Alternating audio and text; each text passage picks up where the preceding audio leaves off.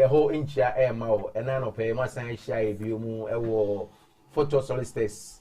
Jumedia, you do abnaz campaign outreach, so yeah, baby, a whole inch air mouth. Me didn't add a Patrick Opokubuatin, but I do not frame a lawyer PK. And then I know Pemuni a shia. Yending como near near Coso, ewo Yuka Bontin, so for immigration in some. Ebia, as a man ever can and foul home. Ebia, a bit my far, Wadam for be an awunya be home. He said, Tina was so share video, no na, utimidi Emma Oniakono, not what Timmy educating him, not one could talk, amnemu, na.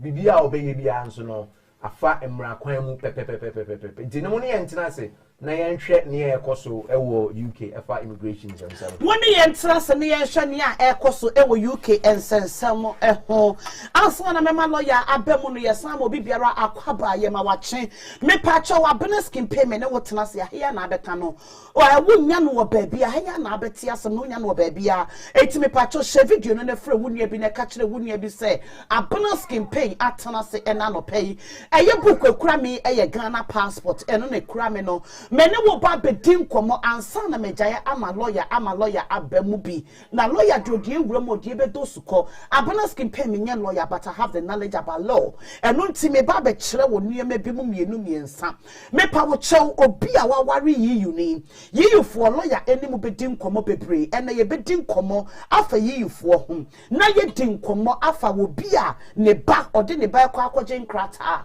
anaso wode ne ba na je nkrata ya ma ne 2.5 years a 10-year route na opus was switch edeba 5 years a whole restrictions at a saying na before no we kura wo ba ana say we give 10-year route no obi anim say 10-year route ye enkra ene ye de emma wo mo oma we di 10-year route na utimi switch utimi sesano edeba beji emfie num. I am not talking about Zambrano but Zambrano ebe chipu in ede abemu bi se we kura 10 years ah ube kura Ghana passport eniye Ghana ye passport eniye me nani ye chile na chese hu say ye Ghana passport because ye coat of arms because ye British passport aye pe odani ni say but British passport no yi ne so de jata na asebo mo ye jata mo ko face Russia okay enti coat of arms no eniye we ye Ghana passport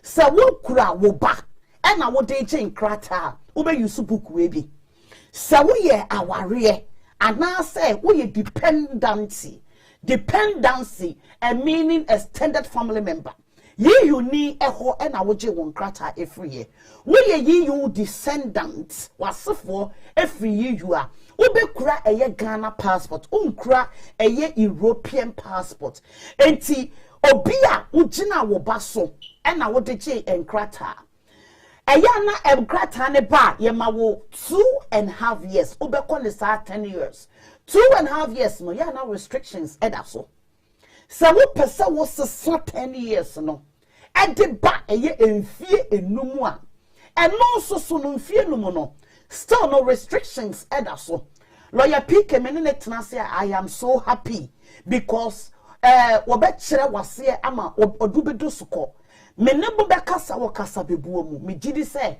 ono so de mo be wura mu eno makasa wo kasa bebuo mu enti me pam cho menye lawyer eno nti na me sere wo se frɛ wo nua bi ne ka kire wo nua bi se omra te 5 years no still no restrictions e wo so restrictions no eno na say no akonya biaba say e was some restrictions no ye yifiri mo so wo jimfie no mu a utimi yi efiri mo so ye beba ho sesi ano menemo ba bekasa e di afa obia wawari wo bi yi uni we ye dependency mekasa dependency a e bia obi de wo ye ne ba wo ofa eye wo ofa into betimi akofo waba oye wunua me wo fani o komo eya ye tate se me kura eye you 5 years me ye dependency me wo fanie me auntie nie me sister nie energy dependence no ede ma me by law emremu no say dependency no enye adwuma biom lawyers bebre be ka kire mo se eye adwuma but me abona me nye lawyer ba me ni mu say ye free European Union mu enti wo ye dependency a ebia wo be ye dependency since 2019 enti wo ba be depende e wo fa ne so ana wo nua ne so before ye free you mu e na o ma gye nkrata e de ama wo me pa choje wo kunwa ne tanase na wo ba wo ho nsem dɔɔso ebia wo nso so wo ye aware awarefoɔ no mom ɛna mani edi mochi because adia eya ne se wo ma wo bi ntoma puduo na wo nipa no agye mfie num edi ama wo na wo free Ghana eba na wo babetu immigration officer bi erade amfa kwamo na wo babetu immigration officer bi wo dru ho immigration officer ne say good morning wo so say good morning na immigration officer na busa wo say ehe na wo free ba wo so me call Ghana na immigration officer na busa wo say na Ghana ya wo free bay wo hwe won krata na wo gina wo yire so na wo dinya won krata wo say ane na wo yire no wo kuru no owo hen efa bia wo kwa Ghana wo tu kwan wankra wo yire no wankra wo kunu bia wo yire no wonnim ne date of birth woni din enko ana wonnim baby biara efa wo ba no ehu omo wo ho kwan se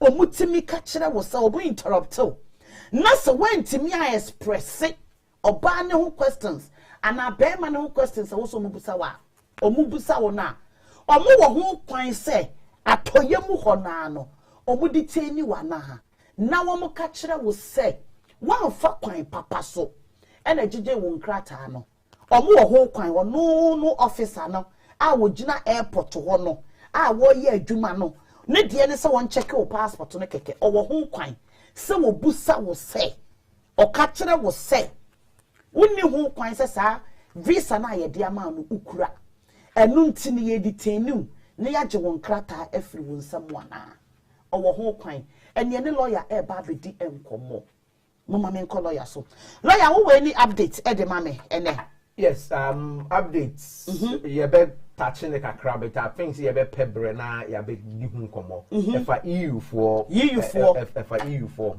mo ho basically no what's happening is say guidance be e wo ho by December mu last year December e kire kwan a say upese and I was senka uye wo EU settlement scheme whether I say a pre-settlement and I say settlement and it's a 1 year no after 30th of June na lay in any deadline na almost the new guidance be by and not much they said se utimi ma good reason be a express one timi anye no up until that deadline na wo ho kwan say e wo say oye na we na very serious I will say for you 10 years update but obviously no ye ndo mo asuko but edu hono ma ye de ba be to edwa update abane say na sa guidance na omo ye no eko nyamu eko buy say one of the main reasons that obi betimi dey aka say when timi anye ne pre-settlement and I say ne settlement no was because of say na onim say bibi sample wo honom and I say because of bibi nti ebi awayare and I say ne baby nti no wentimi anye den anye we did so many applications for people ye de ma omo after 30th of June but Nyakobani say at the moment no you refuse sa o pre-settlement no and as a settlement no for any reason now we come back say we say kwa ye application ni bioma ye catch we say by virtue say why ye first one before 30th of June no and I say whenever you make that application you know we back now you see the same reason say na minimum say I was saying come yet sa application you know na fe na me hu say me person me yes application now automatically no, they are telling you say you're true hey yes na so uhwe mu how na so uhwe na say o say after 30th of June almost starting I think 2019 or so almost bodero so obi biara or UK or ye EU citizen and I say or ye family member of EU citizen biara no onye pre-settlement and I say settlement or person otina krom ha omo bo hu de wura ekopem 31st of December 2020 almost extended no ekopem 30th of June 30th of June not we still had people according to the statistics normally there were over 500,000 people and not still na omunya nye omo pre-settlement nje ko ba say omo sign etwimu ko say after 30th of June no say wonye ya if you come and give a reason why nti a wonye ya you bet mama why then most of the reasons are near the man crofo and as advice the man crofo say mante no don't probably know abena minim media me maintain your cost medwuma na me dem me afa na marketing no me pese metina kroma me all the evidence then we were allowed to do that now no say ukoye application no na you refuse you and I say bia wa hye dem ye na wa anye ni na eho tochima bi na wo say kose wo kwakoye application na the reason and now we dina so anka wo betimi aye application after 30th of June he say na wo nyimo but the first one now here no you became aware into ntimi san come back and san kwankoye fresh application say na minim what in me na say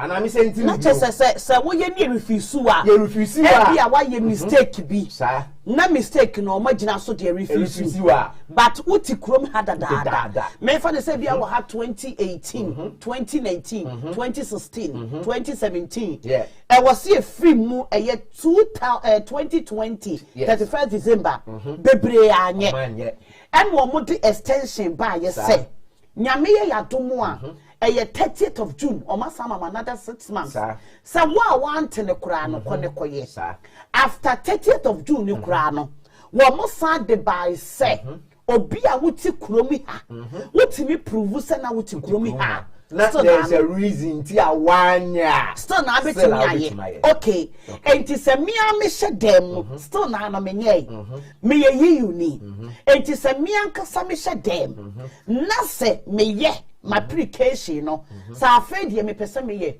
na bibi nti mistake binti me ye bra me omo refuse me say why ye mistake enti ye gina so refuse na afedie bia me de bra lawyer lawyers ne kura bi nso timi ye mistake enti say lawyer say wa na wo ye yo mistake ba na afedie wo de man lawyer ana afedie wo pese what rectify mistake no na wo person wo sign a real application and no na lawyer person o kire mu say home office say no abey aware thank you say na e was see free mu enu nti say wo be ka say na wonye aware so we provide you all your documents e kire say na wa before December 31st krana ye mfama because deportation bem we are aware basic that's what they are saying. But there are some legal basis be wo betimi use they are rectify sad way. I will only give one of the examples because enye nsembia you betimi aden aka so in kofo bebre most especially omo ye extended family members no omo a ye refuse omo a omo sign application bia kofo bebre unya ya yes say o deadline it come therefore many you but the one trick can make can what say whenever you receive such a decision Mr. one apart me be ma only yes say don't go back and reapply, follow it up with an appeal. Don't go back and reapply. If you say we call back now we reapply, this particular guidance here about a woho na nkofo bebre kura enye aware, you know, I got to just say we can make a fresh application you cannot go and make the same argument say I didn't know. When even it comes to the extended family members in here, na say asay korafi say sa extended family member we no eni obiom nanso no anka wo appeal a na wo evidence wo hono ma kire say what na kromu anim say before 31st of December what na kromu before 30th of June na emom no uye mistake be. One good thing about EU law is say at the time of the appeal, no, judge ni betima consider documents are oye den o de buy. Into one appointment they ma won say uni mo bi an application edda efficacy afa na what to say e was so ye pre-settlement and afa na what to say was so ye settlement. And na ni decision be ba misrew. So one away and I say if there was a little mistake be now fail say ubetimi a rectify na don't do a fresh application. Make sure say one appointment de bema no go and do an appeal because seek good legal advice. If you say there are so many people abba me ready updating and me can say oh yeah that might be the reason because last week me how many can me say nipa 2 or 3 omunyina they did the extended family member. Omo extended family member for the Debbie. The time and night they were supposed to exactly. Yes. And now Omo Kachiro said they didn't provide enough evidence because Omo share there no and I say because Omo found seeking proper good advice in there were certain documents that they even had but they didn't provide. Say for example, Okofa no Fasiaba. Or document say or support it no person then so no all corner onim say your application the only 6 months pay slip neko the 6 months money transfer receipt onim say bibia 6 months no the call by virtue of say only 6 months akono won tire said sa oniya no o depend also nti wa be hu lawyer anaso wa ko hu obi e na wa ka tire say now no Nia oye no say application no it is bound to be refused. Nemo no se wo se wo money transfer receipts from maybe 2016 kono ko fani nyina bra na yesanya fresh application ma ukoye fresh application ne pe automatic refusal if you say extended family member any hobium meanwhile anka wo appeal you could have.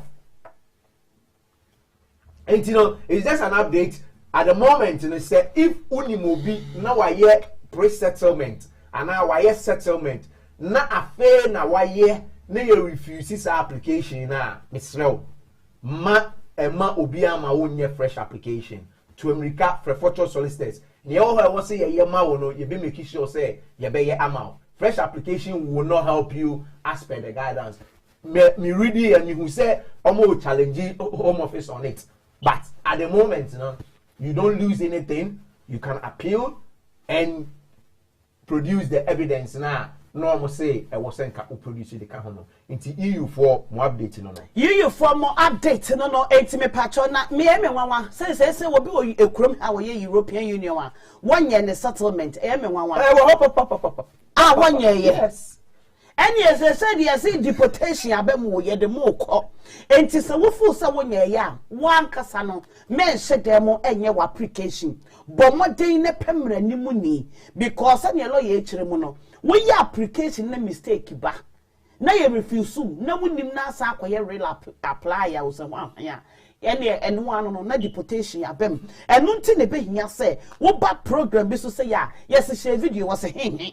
Share no abon about to say Ghanaians mo support what depa enyo mehunu enko na mo support what can me ho a me patcho free wulie bi na share video ne ka kire wo bi say abonus campaign and lawyer atena se ene anopay ye ba bedi enkomo yeyufo mate it is a say we obi na se wonye bi kura na wo kromi ha wonye wo pre-settler bomodi aneye because e bia enkodu December no no maka se obi akura ntimi nye biom what na kromi ha kura na still na no you can't do it not na wo betena kromi ha nyina no aye waste sister biba e kromi ha say eye June ni mu no one ne ba o yala tani One kwani kuromu a osu ofri Italy. One kwa was so kwa na asore for besere no. Because all ba no ye de ni gina asore dem. E ma asore ni nyina bompa ye ma no obi aka say, wo kwa bra ne be fa ye nyo, bra ne be fa ye. Eto no ala tani no nim so oba. Aba betere ha no akọchi Italy for na ba. Akọchi ni nko for aba. Enti won kọ no, okwa ye besere ni nti no, won kọ. Enti oda King's Cross station hono e hono oda yenkope hotel ma no enam de ne koma Nigeria fo bi e camp bi wo Peckham South London ye koya Nigeria fo ne ka chom so munye embassy na ye na say go back to it here also ongo wani akura ketwa enenam enti mesra obi a wo wahase a wo ye uni a wonye wo settlement scheme no me pa cho bomodin a ana wa ya edemu afa a wo be receive decision no eba men don't be tempted to make fresh application seeking legal advice. Good. Lawyer yenko ene ye dwumadie no ankasa eso me pa cho ebehia se wo befre wo nua bi a wo United Kingdom e bia wo tie me ana anope wo Ghana wo maame e wo UK wo sister e wo UK wo brother e wo UK wo brother no ba brochire ache wo sister ba brochire ache ye nua no mu students say mu be krom ha e wo hadadada enkofo mu titi krom abo hadadada ba say student na mo ba no mama ade na peja ade ne to ada ho ade ne mframa afem bo no ajo because say no nioma wo mu busa no ayebasa na nye ho na mede mo beko wo ye bibia ye nim se ekromi ha wo a wo betimi agina wo ba ne so wo na sa akora no maame akora ne papa e won krata say ye okra 2.5 years, okra 5 years, okra indefinite, okra British passport. Se parent na baako e wo bia automatically no wo ba no enso so ebenya bi.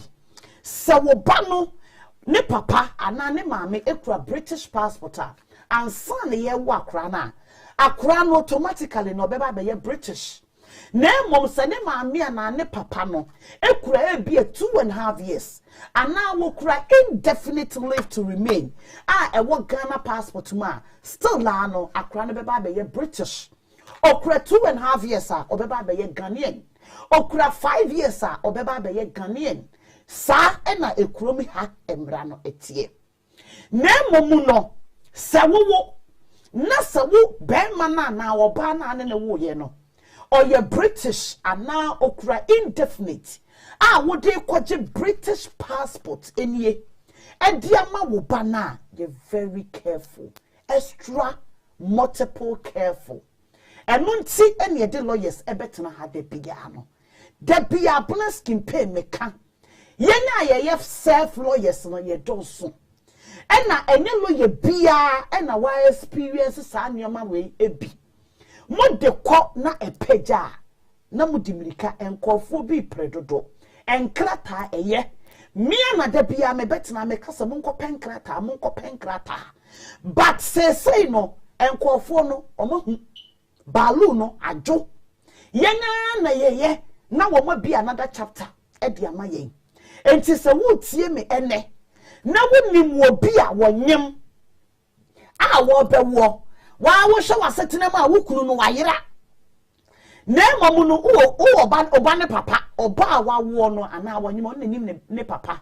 menemu kasa wo kasa bebu mu ntitie me ansana se bema na wo ne wo ye no ana wo ba na wo ne wo ye no modi akora no birth certificate ebeko British passport of wo ho samo kwa akogye eye akora British passport no mon seeki advice ye nyina nim sa akra passport to de wa wotimi tena dem no waye uhia lawyer wan kasa mimi wuye mi ana me ko post office me betena me form ho me fill form na ba bia yesi men sign men ma line no emfa wo sign signature ma na emfam no me nko me signature me sign it 3 times na afam e na me tena computer ho so si ana ma ye ma de awie metewo me send me email so passport no is on the way enkofo passport ekɔ di bosome ne hwan no me passport 1 week enkra de na aba na momu no hwe wasetene mu ne to aba woni mu se akora no atade na wodi ahye akora no eye obi kuntunkuni ne kura akora ne ho a entra dem na enye wo ba British passport empose papa na woni ne awo no papa na kuntunkuni ne ye ne dia no mate dem pesa me che okasa be huo papa na kuntunkuni ne ye ne dia no onu akora ka kire wo se ma me nkofa form na me fill in enkoji akora ne passport ma na wo se papa me a me tua lawyer fee ma me fa nkoma lawyer because say no ekọ be bosumi mienu ni no enkofo a efremi esu sister ye de ko ye no wo mo se enkofa we mra o mo se enkofa we mra by law DNA obi entimi musa DNA eye moja mu hwehwemu obi entimi musa only court but omuni muse enkura na modo omo bani nyina no efa eye nkofo nkuntunkuni ene kura wo mo because wo ba gan wo ba ha no wo kura Ghana passport no ada wo de ba ekonomi ha no ebom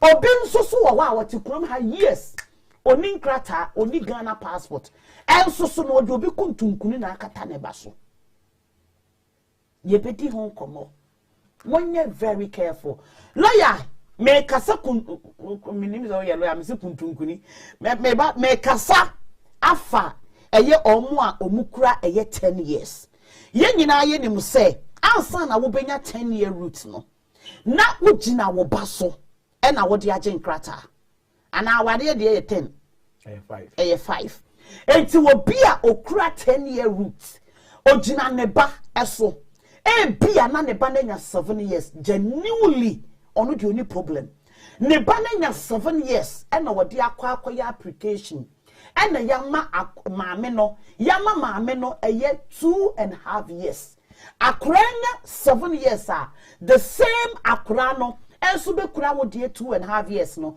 munyina mo be kura the same 2.5 years eye Ghana passport ena mo be kura obi wo also so a ne ba no automatic from birth akra no ekura eye British passport enye obi a ne bekura British passport wo de enya 2 years wo ko home office akoye nkrata apeja en America se no me kasa fa ye de nkrata no amaw nyame ya do motimi escape wo mo enti ye de won nkrata 2.5 years no ye de amaw 2.5 years na ye de ema wo no ye nyina ye nim se ye mamu 2.5 years restrictions edaso yes no recourse to public fund edaso it is a no recourse to public fund edaso ase kire sen wonni hu kwan say wo sexy any benefit ebia NHS ubetimi akoji ubetimi akọ hospital ye but untimi nkoje aban edan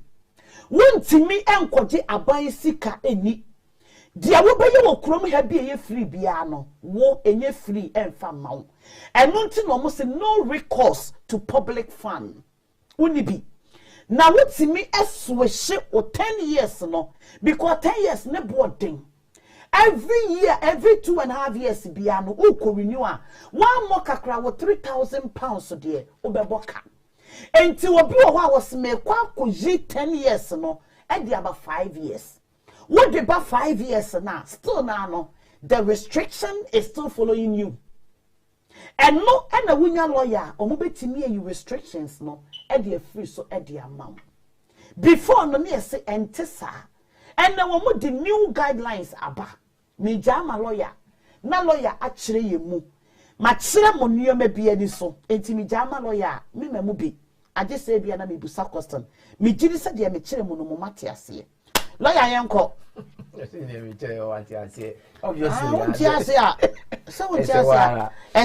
because any makasa actually we no want to say.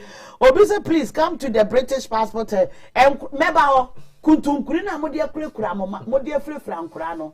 Munsheye na say won't member na doso but member me main unity no mama me brave says why come show because they are very important. There are so many people they will benefit from this. Lawyer me patcho mama 1 minute na me browse so why na me fast da kese aseda ne krensi wuso unua ba Joyce or this Joyce there Joyce Brighton Dafo me dia aseda piece ye sister Joyce me so wa join me Joyce Dafo Erade won shiraw Erade nya wo kese lawyer unua ba no mukuro mu ho de say mukuro mu de say Koforidia mu free kwawu eye kwawu na koforidia he na mu free na sister no free kwawuni na me ya na me bi say koforidia kwawu wonya kwawuni papa wo me say wo ye wo ba bi de do betena kwawu ho bi kwawu pa de kwawu fo mu yisika mo mfere ba wo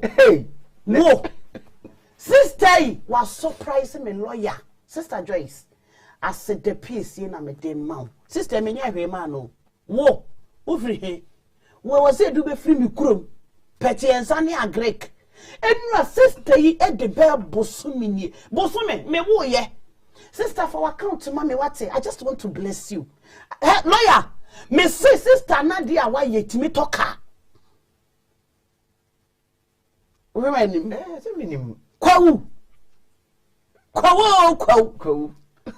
wase wo unya kwawni because wo lawyer won pesika abret kimpe wase ka say wa yanko e topic ni na wo kura na me ne wote ha no de no aya ma me ejike say me da na se kan sister Joyce ye da se ye nim say what ko wufu anim pa ye da se hey sister me da waswate ni kunu ye broni pe wo kunu ye broni so ma me say hey also the good on bicycle any moto entia sister nyame shira wate me da se pa me ko Ghana me sika me de ko me twa ticket ya ko Ghana yenko na topic ni so why sika me ba to yenko no ya me da so ama me no problem internet topic no basically a new update are you going personal on lawyer a new update be about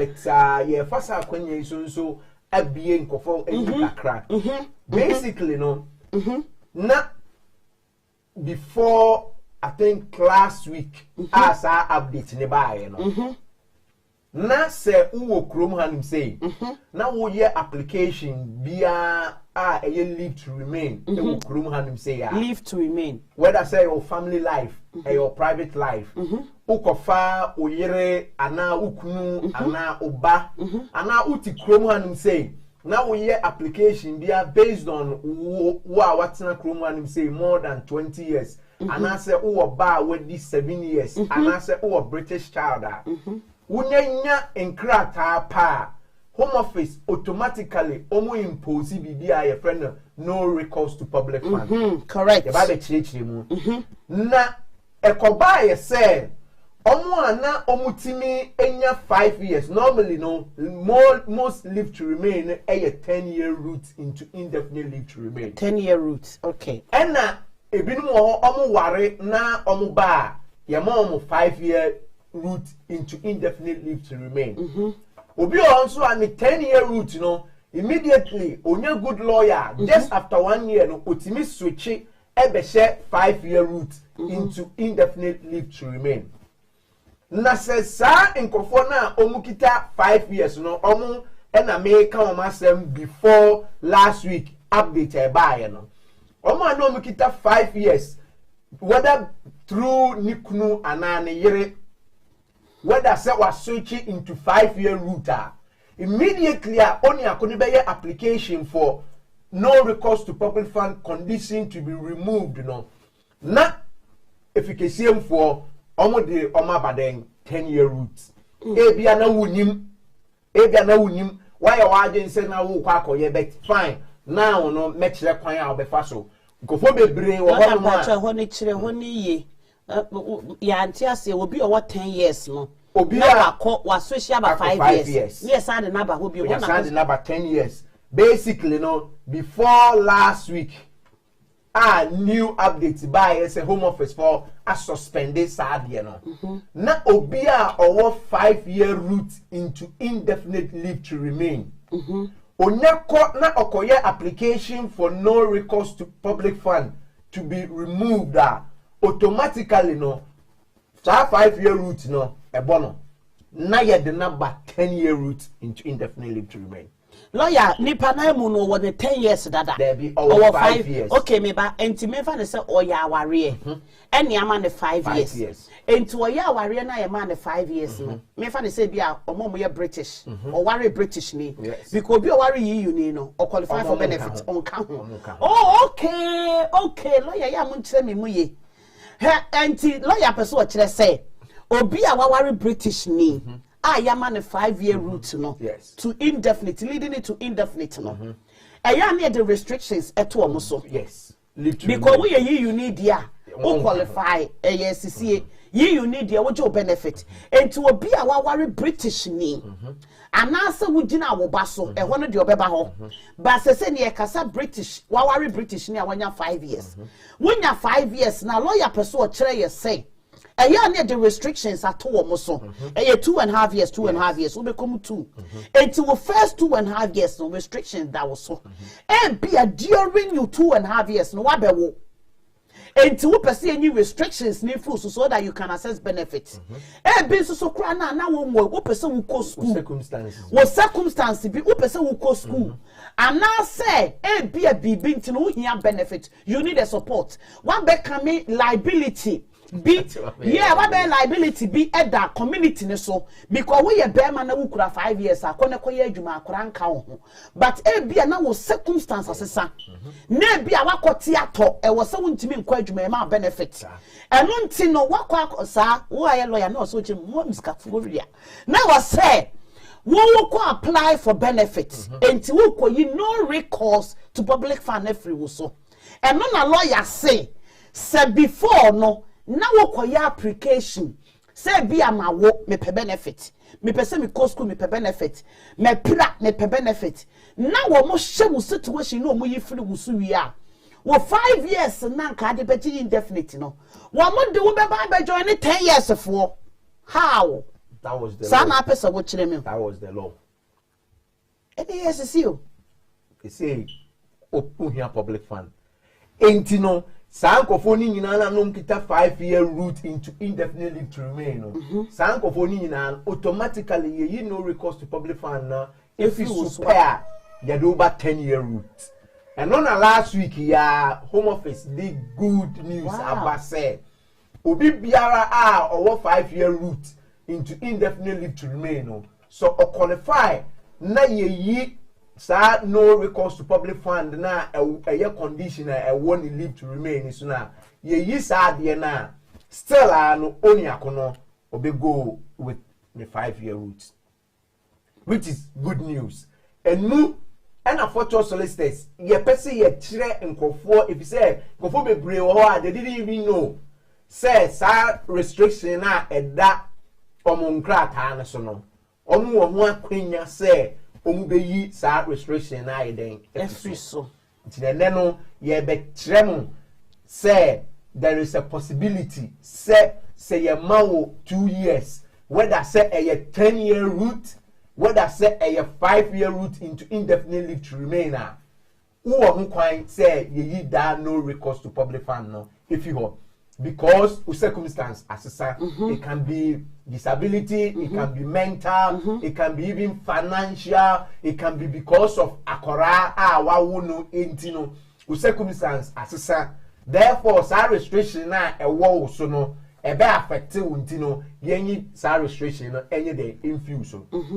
The legal basis of sa no recourse to public fund and say ye pese ye kire wo say udna o family life so ana o private life so na wo de ade wo asetena e wo krom hanim say ya Home Office ana say krom ha aban emra e kire wo say ye ma o sa enkrata ne dia public fund bi ani ho abeden ye mfa ma wo e wo say wa wo se ne wo kan ne wo say wa wo koye adwuma na wo de ye den wo de hwe wo ho society na wo mu no enyema bi onum a omoma build and na omoje hu when the need arises but wo no say your man will live to remain because of say uwo ba ewo kromu anum say because of say uwo kunu ana eyiri wo kromu anum say they are expecting say your mawo asetna setna kromu anum say before we indefinitely leave to remain ana say right of abode ewo kromu anum say the restriction ebeto so eyemra it's an act omode abeshare immigration rules nim ewo ho saa that is the legal basis name omuno se wo ye individual bi na ye the sa restriction na eto so which most people sa restriction na eda omunkrata so na ye say wo ho kwan se ewo se uyi sa no recourse to public fund no if you so e kwan ben so e na wo be fa wo betimi eyi sa no recourse to public fund if you so Nkrofo ben e na omo qualify say ye be yi sa no recourse to public fund if you so and na also na nim say there is a condition on your leave to remain who the public fund be no what are the effects going forward say be who the nim and na wakoje effect ben na wo so and na say and next what so say and what say nka wo the public fund be and na wo gi a kwan ben so na obetima rectify no wa be the correct application na omayi sa restriction na afiu so recourse to public fund say obi a qualify say aban na den ehwe no ebia housing benefit bi otimi den eje council tax benefit bi otimi je housing allowance bi otimi je list na bebre we nya benefit advice any ema wa hanim say immigration advice but the individual no will know or cancel also or benefit via they will tell him say whoa, you don't qualify for this specific benefit therefore no the reason being say that no recourse to public fund no way is no ye ntimi ma sa benefit ntini ko eho and wo say wo ba na ye hwe kwan ye be fa so a ye betimi eyi sa restriction afiu so first of all it is not an automatic application enye automatic say o circumstance exercise we application echo efficacy ma apeno na ye yi sa restriction na fi so na emomu no obi biara ya ma no leave to remain biara no automatically no ehya so enye automatic si ye be ye fi so na nso no obi biara no ye de be hye so ama o e ba ni atregu card ya tregu card na is no recourse to public fund na emomu wo no na wo betimi aye application den eye fi so apart from incrophobia omoye bibia ye friend no fee waiver most at times no say we qualify for fee waiver 9 out of 10 no u caseworker no although o lawyer no e was say oye application no e ka ho e de ema o nanso no 9 out of 10 no because of the qualification eniyama will be qualify and sign ye be ma fee waiver no similar to eniyama na will be satisfy and sign ye no recourse to public fund if you no most of the caseworkers no they tend to grant no recourse to public fund no together with no fee waiver.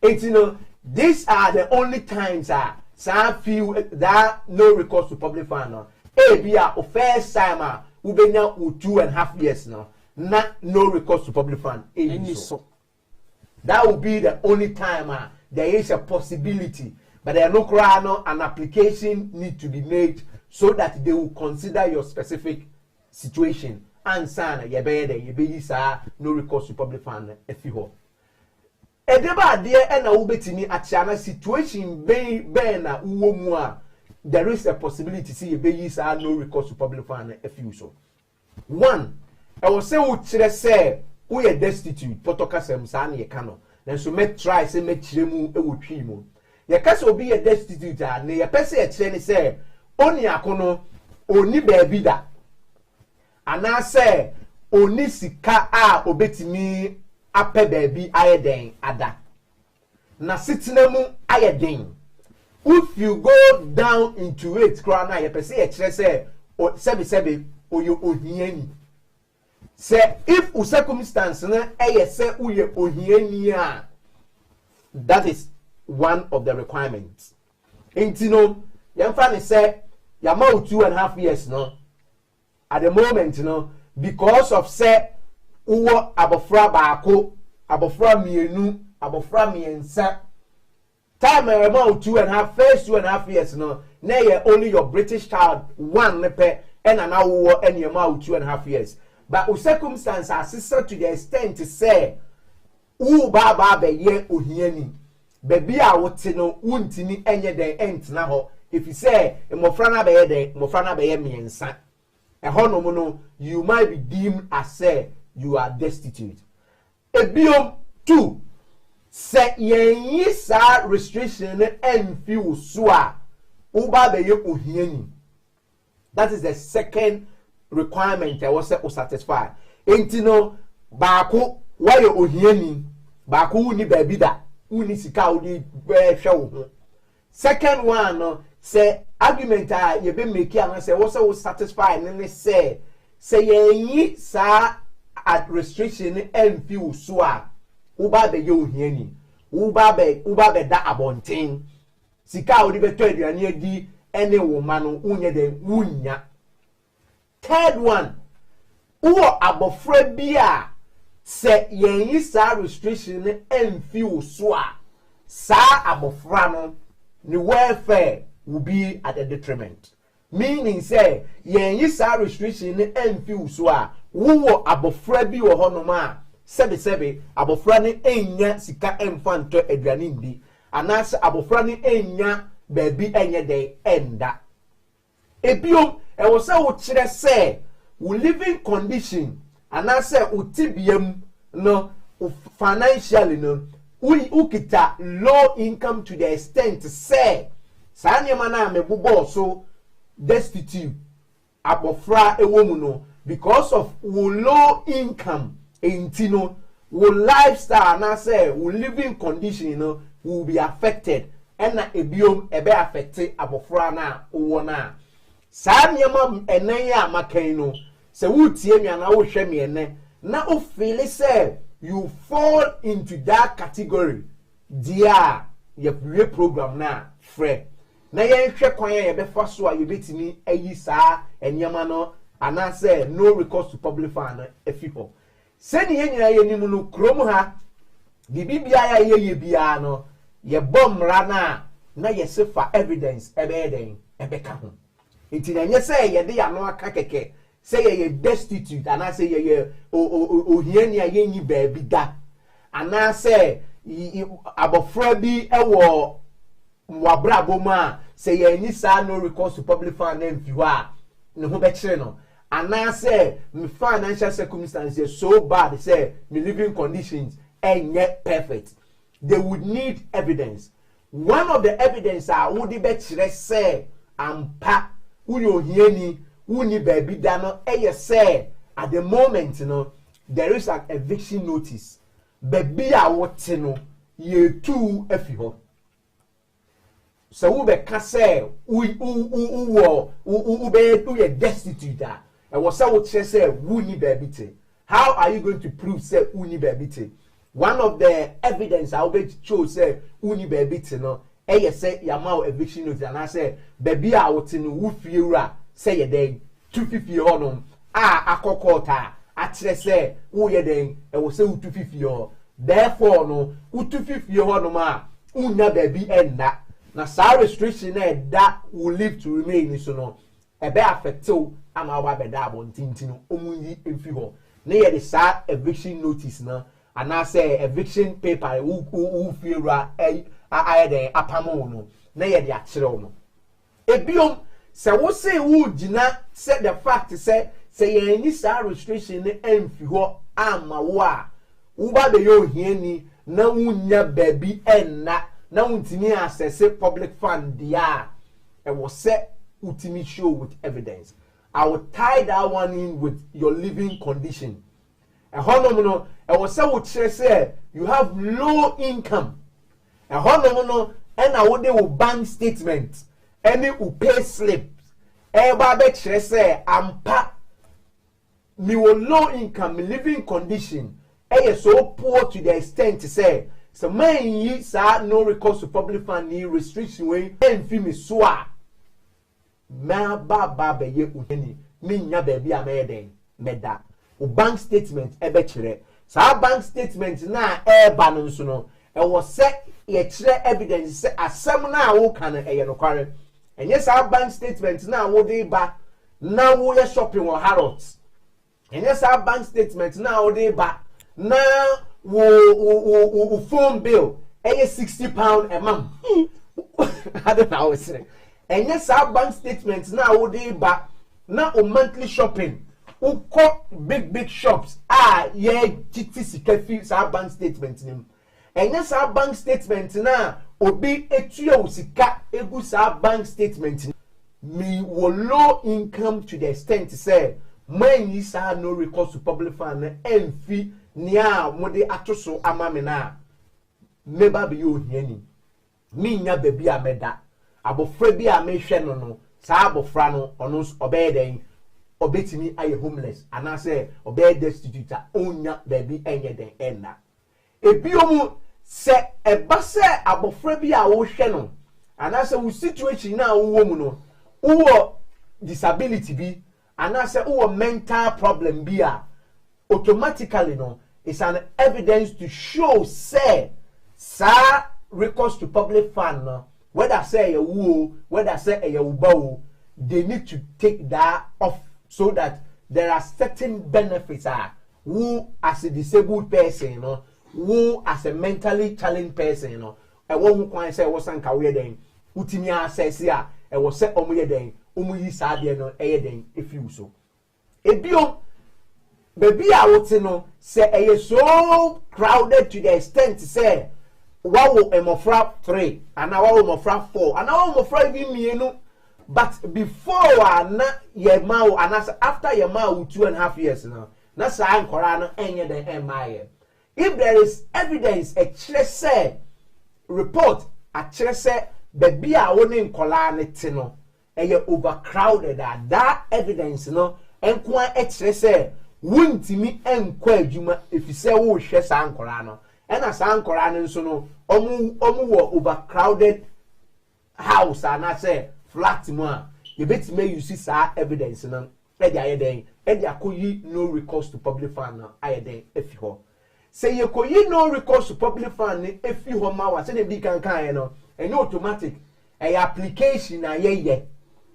until the say satisfy enema amatre na wo sa evidence na mabugo akire na fa number ne frɛ na ye hwɛ kwan ye be fa so a ye betini eyi afi ho ya sa application na ye sa no recourse to public fund ne afi ho ama wo no eno na wo ho kwan sɛ munyentie niye sa no recourse to public fund no enye no na wodi kwa akɔgye wo benefit and I would call assess public fund biao ye afi so that near a wasn't a mouse our public fund no what me assess your individual circumstance and sana or the amount because you or cry even child benefit they cannot your family meanwhile child benefit and you deal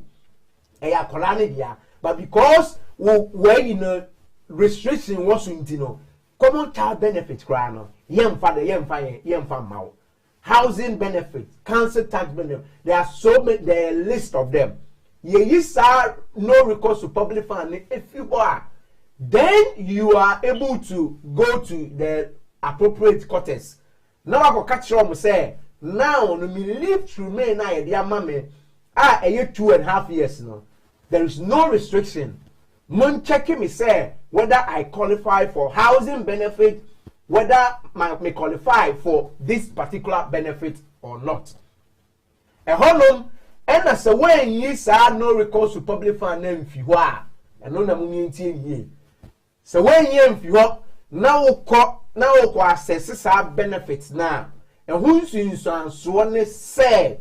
So now ko renew o passport so ko renew o leave to remain ni bioma by virtue say 1 year application although you qualify and no dem say me mamu hu say enye automatic say you be here fi so if you say a be a call you know wo caseworker or cancel or no ohu pefe say wasitire mu no enko yie e na waboa wo na emo home office there omo ama wo nkrata no na omo say ye the restriction atoso therefore no menya ne trada say because ye dia mako a yama me benefits mako a yama me dan atena mu no ebi akona benefit bi o ha magye no me okay kai who say wo kwa ko renew 2.5 years ni bi ma na it comes to light to say wo je benefit automatically no o visa no e become that is a hunsun so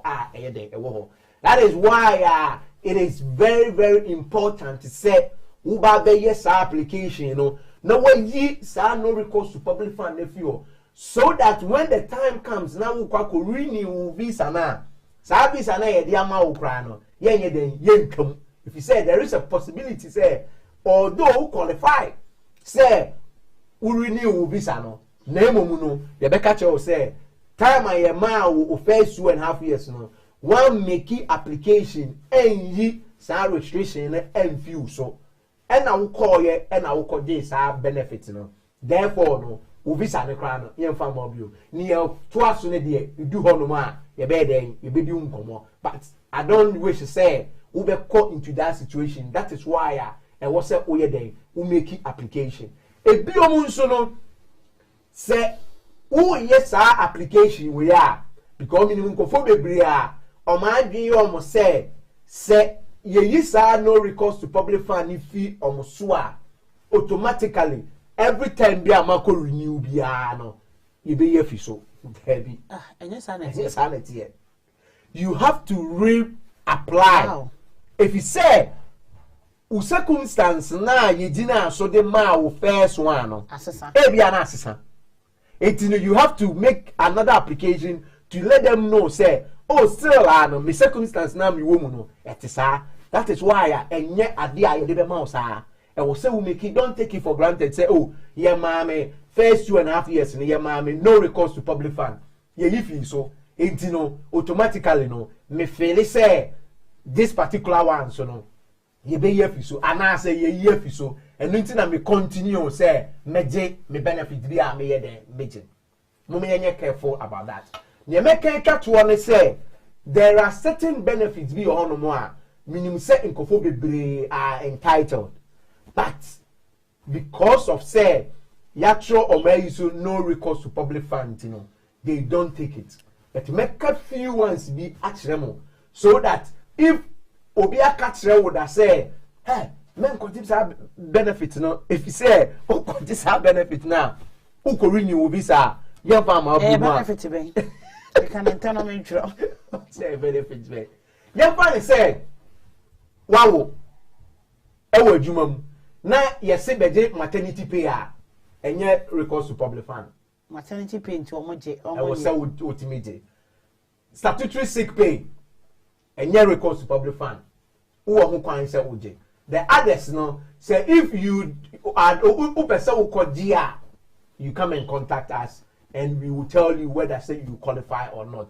If you say listen also, but yem pese ubako eden ubako J na uko renew ehun abasem ena ye pese ne o qualify so no utimi eden intimate yo lawyer me down see be premise lawyer PK atremu amayati ase pa no recourse to public fund kwan ya wo be fa so a wo be yi free wo so afei eno wa join ne nya footwall solicitors ena ye no matena so mo wi mra di mra kanche mra epusu mra dware mra efa mra te se pills no enom eya heya edru every Friday dey we are singing heya no bia de nani kire ewa ha abana skin pay me lawyer enete wono any question bia wo bia no ubusa lawyer wonya abotre no wachire wo mu wachire no recourse to public fund so wo per se ye yisa restrictions no e free e ye wo 2.5 years no and our 5 years now ye de ama wo na wa kire ye mu bebre e kire ye mu say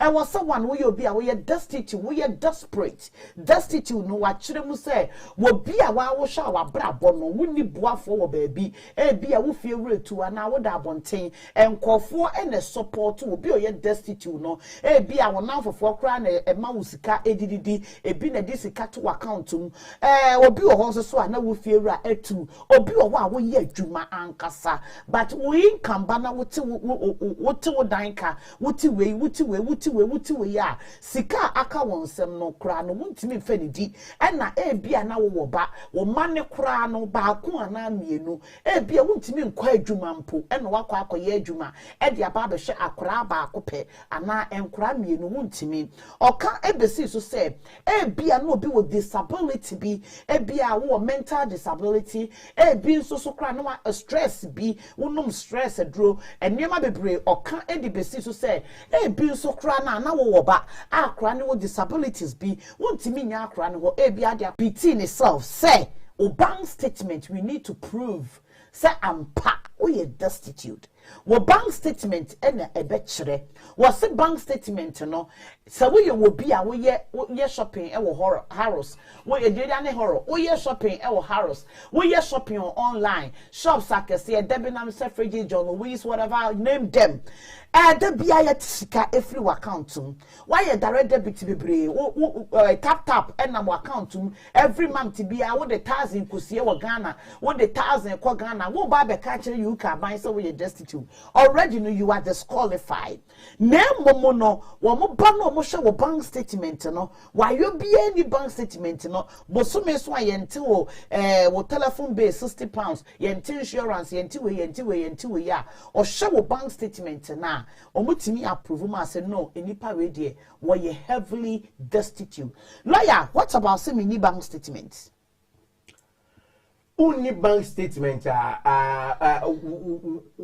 the reason will be say why okay. Ne say e bia fe ni menya me nkrata menya adwuma unya adwuma me wo ba okay me wo ba ba menya adwuma and ebi wo ho so kra na me yare fo ba menya adwuma enti ni bank statement yes. Ma ko gu bank statement no wa gu no but no kware ebia wo physical disability bi ni senti ye ma wo nkrata no wa anya adwuma da wo mental disability bi ye ma wo nkrata no wa anya adwuma da that evidence no e kire say who need bank statement me ni bi name no who qualify because of your specific circumstance see me bank statement yes but what you need to realize is say a biom in fact can we nsi so wo ba ni e ka se fa bank statement bra now be ka tell me say we need bank statement ye ba ko hwehwe sam pa se wo bank statement na say we need bank ka me ba be busa say na wo bank statement na me krosu a ya ba I don't know mo be hu wo bank statement wo bank account in fact wo bank account 4 you have to declare all of them. Me wa bank statement ba ko. Wo bank account. Na me wo sika wom. Yes. Me sika na ko. Me makrosu. Mama typical example bia. Ye application e ma obi. Ye fee waiver. Hoping say ye benya successful again. And I sign a ye be after fee waiver no. Ye ba be ye no recourse to public fund. E dey amano. Yes. Only akone buy no. The bank statement now.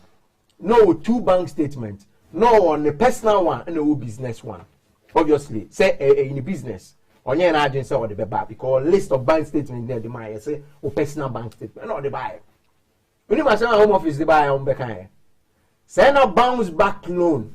I buy 10,000 now for 30,000. Hey, wajibi. Wadi and the sene. Na se no dey ya ban sika. Eyo usika. Declare it and say sa sika no ubetua because sa sika no ye dey aboa wo for wadwuma obviously say adwuma na wo kire say wu ni sika no say adwuma no na ya support wo aban na ma wo sika basically what I'm trying to say is say enye ne wo be ka kire wo no sike bia e wo ho say what closes our bank account we wan fan ka ho anko they went in and saw say or bounce back loan e wo na account him into who dey now what closing no what closing we just can worry that's fine then they will tell you say who sika say wo ho ti kokodeko you see Eti for me da wo bibia se wo pese obusa lawyer question bia na me bie phone lines e de atum emfa enen komo na ye di ne ho kra na ka me pese me ne mo kasa fa British passport en kra ne ho but emre no ekodada emfa komo aye di ho kra na betimi obusa any question bia wo pe bia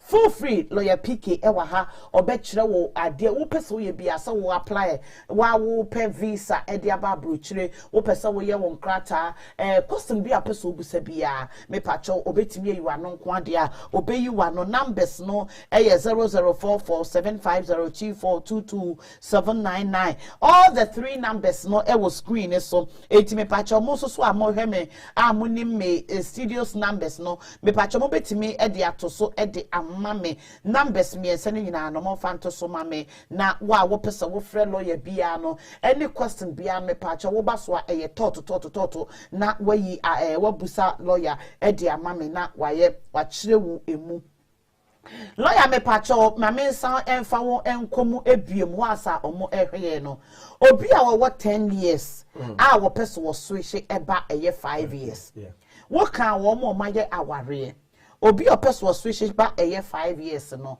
ono ne nsoso no omo oba se oba no me pacho gina so me ba oba no na ye restrictions na free so dada or 10 years any year from so into about 5 years na omubeyi sa no records na every so ana before no ma me fa call no na me no kasa later hello me dafo pa me pa cho wo fra me modi me pa mo cho wa wo be fra bia no me so me modi na yenko sweetheart me pa cho yenko hello stop na pa cho be very good lawyer say we no record to public fund through card and so. That's our next application.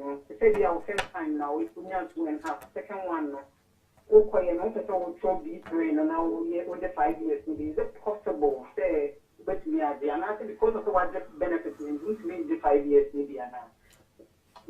Good question. I will say if you say one of the requirements are say ubetimi a qualify for 5 years no say o earn at least 18,600 your personal circumstance now if you can live with that 18,600 in there then automatically no untimi if you say your personal circumstance now and yes so bad say obey destitute however obi o wa oye adwuma odi 18,600 now so no owomba 6 and owomba enkola no they will become destitute and I say baby omoda no enko yesa if you say enkola ne do so and I say na adwuma na oye no although odi 18,600 now so no emu ye den ma no won so no ubetimi ayeden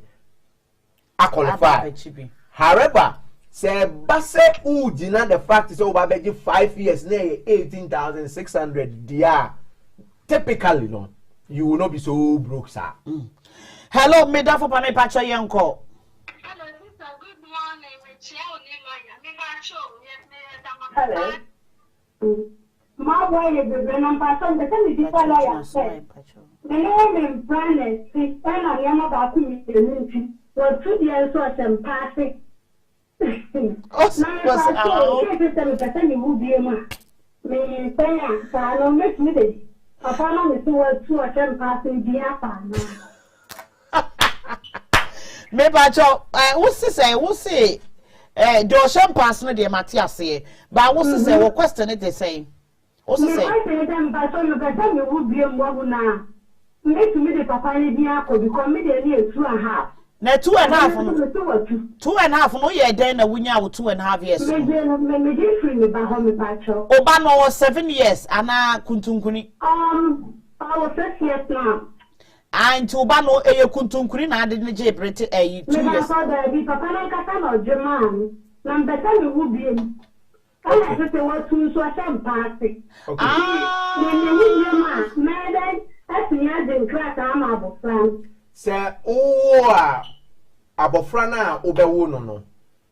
Because we were 2.5 years now, abofrana qualify for the 2.5 years. It does not necessarily mean say the only first one no. It must be the same person that ayaneba. Ebi a obetimi o Kofi awo na Kofi ekita British passport intino waje British passport ama oba no. One Kwame ko wo ye no. Kwame any British passport a wo ba na wa wo no because wo 2.5 years no. You betimi di 2.5 years ni bi ama abofra no. Na ebi a no pe 2.5 years no pe British passport. Say Papa na or no first one no. Say nyo no and ane wo second one na. Na nyo ne wo second one no enye British then abofra ne intimi nya British. Unless Really papa no Mate mate de wo pesa wo kire no mate ase. The better you will be a man. Lawyer, my mention I say because when you benefit, my mention I say, a benefit in no cancer, all the maker, a benefit in no cancer, name mono, woman, whatever problem amount, simple, papa and fanny dish so. Kwana kwa ju 2.5 years no ebi man because be benefit for no or mobetimi a come back to you say enipa no so ni hobium eye den na wo san na wo ba ko eno no you can explain yourself because we your ba wasan ba wo no aba betena e bia o mo be catch us benefit na ye twam ana wo mo be wakimu mie no mo benefit together na wo mo de genuine benefit amount one person mo better benefit ni so a eye simple kwana kwaju 2.5 years no ebi ma akra no simple na papa no me mfa ni di nto akra ne so eno ano no.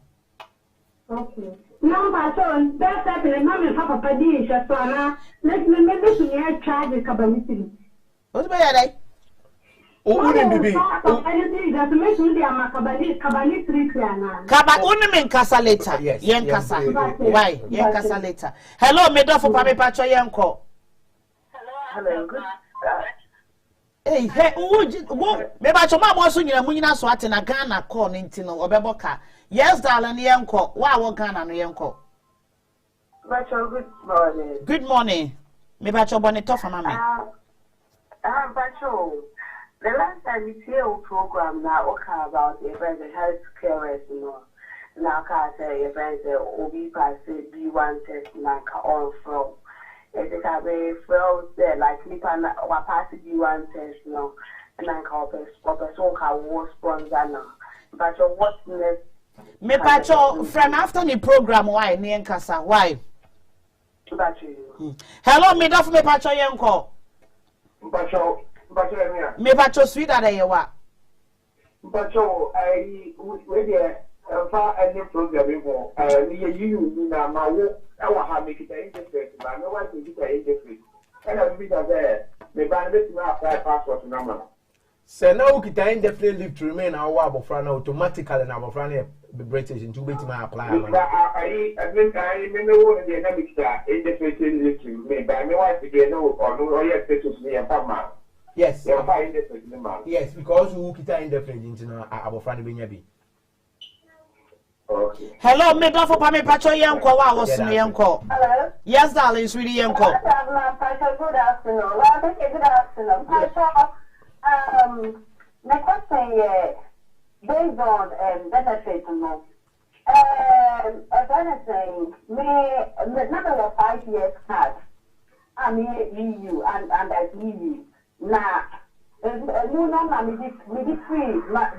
December, but months now, and I'm free. It's the free of pre-settlements and some buy and mean to me, I know, but me warrior. Me warrior, no, me damn scattered browse maybe man is me warrior. And me warrior, no, at that time, no, that was last year, 2020, move on. May apply for benefits. And I'm catching it. I will be some pre-settlement in my land, and I'm saying that because I was telling Nippon in the buyer, but me can say on mama. But they have given me a benefits throughout, housing benefits, no me busukura the money. I'm going to the money up to now. Now, I mean, we said, me pre-settlement as to spend so a whole. But me because me know, but yeah, application for farmer, me as me did not to the idea. There were home office now for 9 to 10 months. Me busu home office so. But benefits no, I'm busu money. And see, I don't know. Yeah, me saying to stop the benefits. And I know the air coffee, if anything, home office need to delay application because they get benefit, based on the EU, It's a possibility, say that is what is happening. Yes, it is a possibility. But what is going on now? A bit dicey. You still qualify as an EU dependent up until time you will declare, say, you are no more dependent on that EU national now. Because of that, Intino, Omuntimi can say benefit. It's a lawyer, no. Hello? Me pacho lawyer to you. I'm pacho is a lawyer to see, no. Say, I don't know, I was to make a show, say, maybe I'm not going to, that is the pre-settlement, because pre-settlement, we had mean to me without the dependent. Okay. That was where I was going to go. Until say who Becca say unye dependent be they will still deem you as dependent. Na oma koso a delay. Maybe come be refuse. It's the best thing is say stop it. Nemo who say unye benefit be but you were claiming because of say now we are EU citizen. Why? Hold on. Mami wakasa ache why wakasa ache ubeti my friend now about office na ya hwe kwan ya be fa so be boa why wakasa ache hello me daf me pacho yenko wa online so ne yenko me pacho problem yes darling me pacho busa me you could be a application for business 1,600 and so getting to 1 year and when you are referred there and competent computer lawyer for any ideas and when it comes to application a year wofie say it depends on so many factors. Mean to me who are the kunti ache. Mawadam for no family number man or number and the circumstance now. Say idea you bet see up with other avenues you bet me I am why? Sister on auntie oh tremu yo kwai hello me do for me pacho yenko wa online so no hello good morning lawyer ni Mabra legend de bia wo sesa number na we nankwa na matesa ba we ya ne de me no wa ya na o ma me mate yo me pacho yenkasa lawyer so ya bo aba nga ti ne de ba ba ya ko do obi we Any daho. Let's get yanko. You need to me question me say.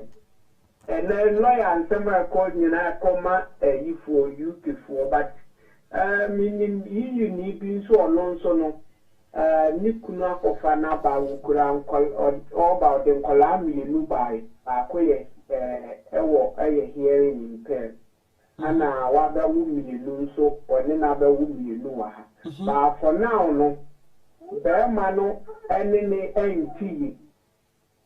enti se kura wa kwatena ni sister nchen but wo fufuru kura nam say enam bema no o depend on you nti no ni benefit anyway say so na asa na ho kire ni bi yi kura mpo no maka kura mpo na kura wo ne fufuru kura mpo no nti mi mpo nji bi mpa enye dai ema no because of that, or maybe I want to depend on their man.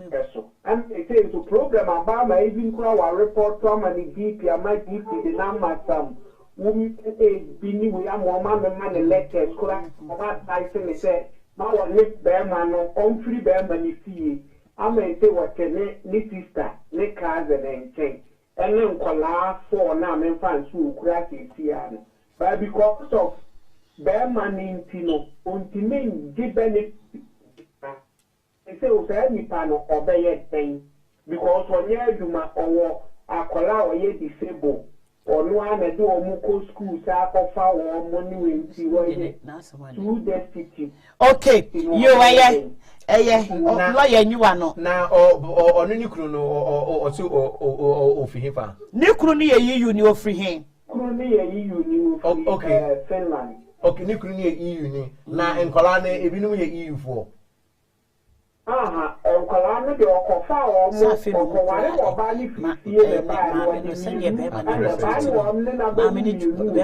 want me fanye indefinite. Baby, enu ye British for. Ma me no emra na ye nhwe ni situation if you say sanko or ye British citizen ena or de ma me fa this way man ka obviously anka even ni 2.5 years in require they make sure say Quebec indefinitely to remain a man. But the fact is that only my men only papa in the crown or no my men in a pre-settlement and I hope kaka.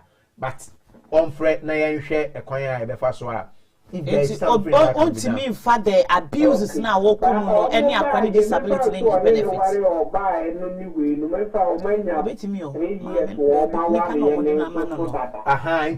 Some of these things we will go into it and see say whether say we be retaining the right even without the guy or not. You know, you come actually. Me pacho legend for lawyer. Hello, made of me pacho yanko. Okay. Me pacho wa line is no yanko. Yes, darling.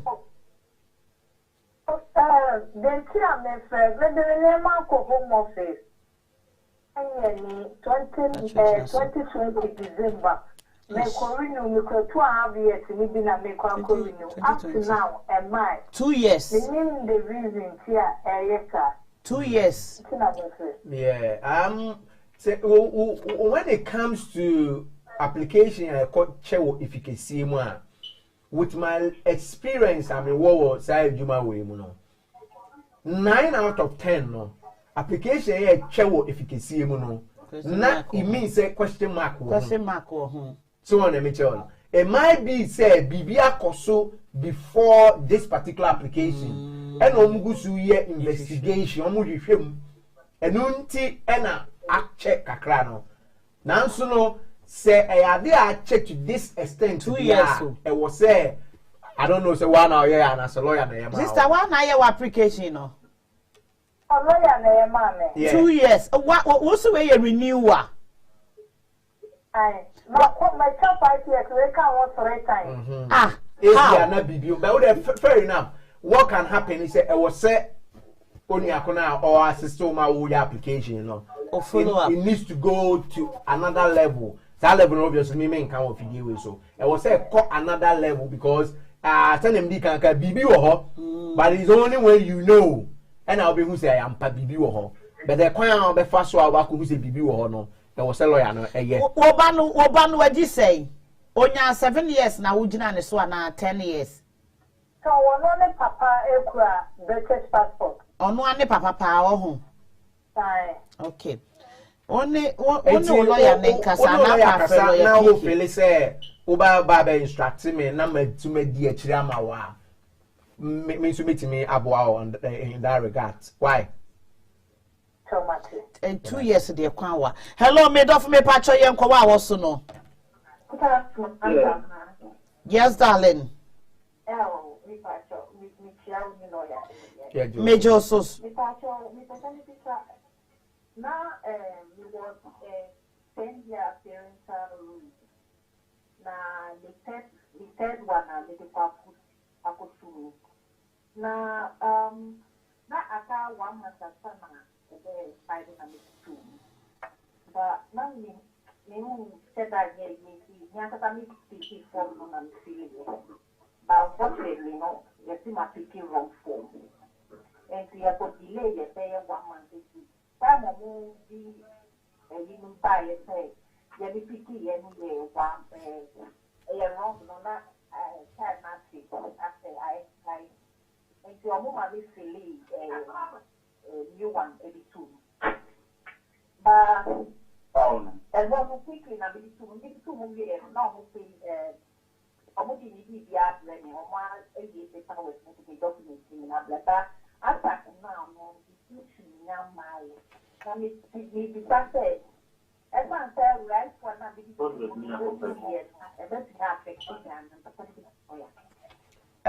it will depend on the second. My application now. Oh yeah. 10 year roots. 10 year roots. 10 year. Okay, and now fill paper application form now fill here. We paper application and digital. How? There is an issue with the process now we are taking because it was online. Okay, it means to me.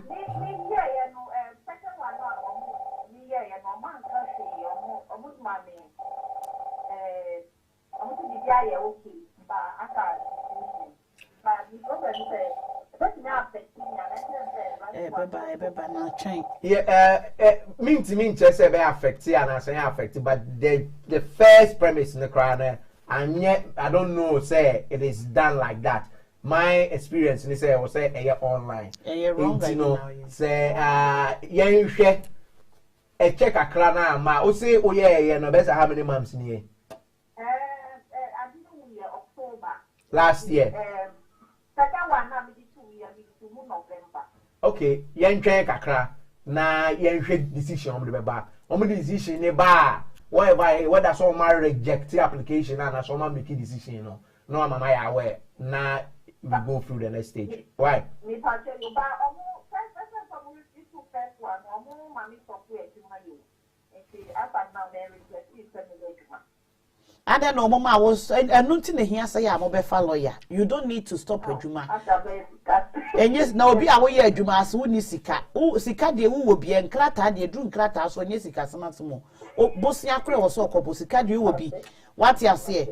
Now, mo better near Church, Mamma, Siena, Demonia, a Rabea or Freya or Case, walk Nenclata, Coy, and Maya, presettle na, what you benefit in a wine. Or say benefit ne anti ne de ba ne ma me ono ne biological mother but ma me ne so wonyen krata ne mani biu na wa wo no de ne ba na ekoje na akọ home office wada than 10 months ni wonte wo monka na oje benefit cancel benefit to person who say benefit no e be affect na asesen no me de wo ko mu nyina no affect o ko next time na de ama lawyer ya ma why affect we beba me ma brese na o dia koma obi foforo maybe the answer me wo amini na ma apply for me ba mi ensan okay na nyame ado mo de mo on the passport ne da mo say not for public fund, so I don't know if they are also entitled to some of their benefits. There be the fact so much trust with no recourse to public fund now. It means that they are not entitled to any public fund. Okay. Okay. Me that say. Hello, me last caller, me pacho what was happening unko. Go for sisi me pa. Yeah, that's unko. Che, me bisa lawyer say, me lukaware na application na ni family ya ni not statement or the cap. Almost say you fit. Another application and person good say my friend or court and you move how I miss because we don't know this said then we have taken a new original one to some good say court now so when say what friend program is so that answer the same question me boy na so what friend was the same question I'm saying last week as the same me boy. Another appointment, you know. I so almost say bra one kwa wo mo be ma wo court o mo be ma wo he fa wo he Belgium. Enti Belgium na wo ko fa di pan free Belgium aba Ghana free Belgium ye There be me ba mukromo ana wote Belgium na ye wote Belgium to wo mpabo wa wo kromenti nipa na eba wo ware nipa ni free Ghana aba meboa enti o ma frɛ wo court wo ye krom ha Wa madia near would say, or no, and craft, I bet you. Dear, what no, the same family, crying family. Yeah, family, one my family. Yeah, family, no, and I will buy so I will buy my better to one, no, quite far so when you are fixed a bank statement, no. But I say a Ghana and no providing ya hameboa, and ya will bank statement. A Ghana and that means who couldn't know Ghana and a bank statement in a fake.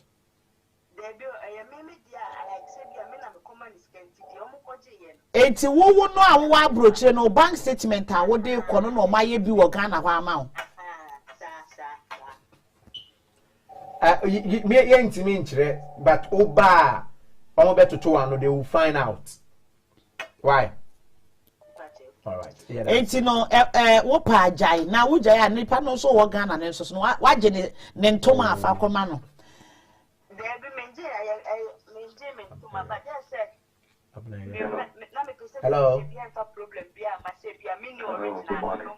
Me patcho me ba problem the sister di beba enti je chire die why je chire die hello me do for pa me patcho yenko last caller patcho na baby question bi ama sister patcho yemusa patcho yenko Lukuno Fileman now what day 2 years now, man. But what be the process no? The unification there. Our previous relationship our baby, you know. But when man can home fat running to so and to so. Indeed, the way anyway, or don't know, when man don't know never. The Fileman about our relationship with the previous relationship with one man to cry and so. This is a conform mobile future bedding. Say Obama na waware no ono no wo ho kwan say okofa lady ne maba up until time a lady na ebedina ne ho so obenya indefinite leave to remain still no papa na e wo say o man akwanya na okofa na ede ne ba lawyer wo se wo moye application no o man fan kura ni din an sha application form ne so sister ne kura wo ba enti that means sister ni ba. Yes. Say no sister ne per se okofa nkra ne ba enkra ne din ni application is no omo be ye den akwanya wo ho sa na definitely good na emum no papa no o person che say papa no na betimi akofa na ba still yes up until time ono ma me ni benya ni indefinitely to remain okay onya ni indefinitely to remain and then the circumstance na ACC say nikunu ne kan say on man name fa obi adi nhye so no but now na bibi ni DNA ni I chere say me mane omo then we will be able to make application for you na che say see ade wo sister no ntimi nkofa why you so system ontimi nkofa nkora ne ma with that papa no me so me da se etiefo me da wo bibiara se ye mfa course bia bio ma ya de baby ya bedru na no ye me pacho lawyer number e wo screen so ye lawyer PK ne number ye 0044 7833334411 0044 7833334411 photo solstice NNA no matana say atwetwe enkomo eno lawyer pacho wo bibia wo pese wo kan. Yeah, any program no this program we about for people to be aware say no recourse to public fund a opportunity amount a BBR if say you say onkofo bebre ho a do kware mu no omo chire omo nanso they don't know how omo be den omo betime gi sa restriction na few eso fire numbers for office telephone appointment wo ho face-to-face appointment or branding ni nkomo say ade a o qualify nko ade a ye be assist o me ya make this application you know na ye yisa no recourse to public fund if you so that wetimi ade ho na abofra bi a wo hwe no so no wetimi ahwe abofra na enidie mu ya da mase Yeta wo bibiara se wo se da wase no watimi ahwabofra no enidie mo me pa che se wo tie me ababi a wo bia kro bia wo so bia no every Friday bia no yetena se immigration ho enkomo aha ye undiluted immigration and legal affairs every Saturday so bia so no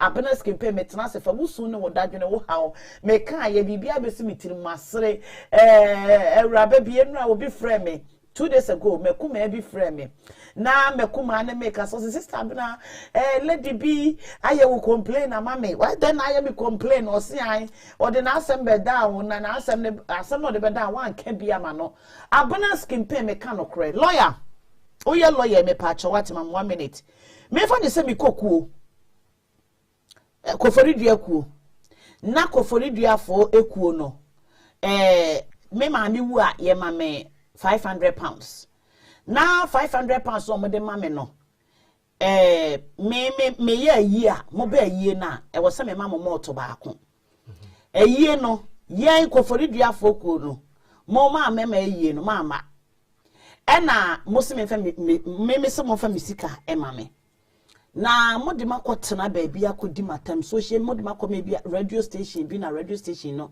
edidi me de makoma radio station edidi kofori duafo ku na tem na mo no me say me ma bena se mo fa misika ma me na mo say kofori duafo se so de akotena radio station edi atem no ye de £500 ne ma wa wo bedwane ekuo no wo ma biem because oba mukura wa ninye enu nti na ye fa 500 amount na emumu no ye fa amount because wo so kura na wo say wo ma ye moto baako ansa na ye do £500 e the amount na me se me de mo be court na court for abegim misika okofori £500 the amount because ye mera mu no ye constitution say me ma me we some £500 me ne council so wo some de ma me na mo de asem ne ba manim na akọ radio station wo ma didi atam ne nyina awie na me dia asem na ba be dan abena skin pay for na abena skin pay efre kuofo no kofori duafo na abena skin pay no max na kofori duafo sister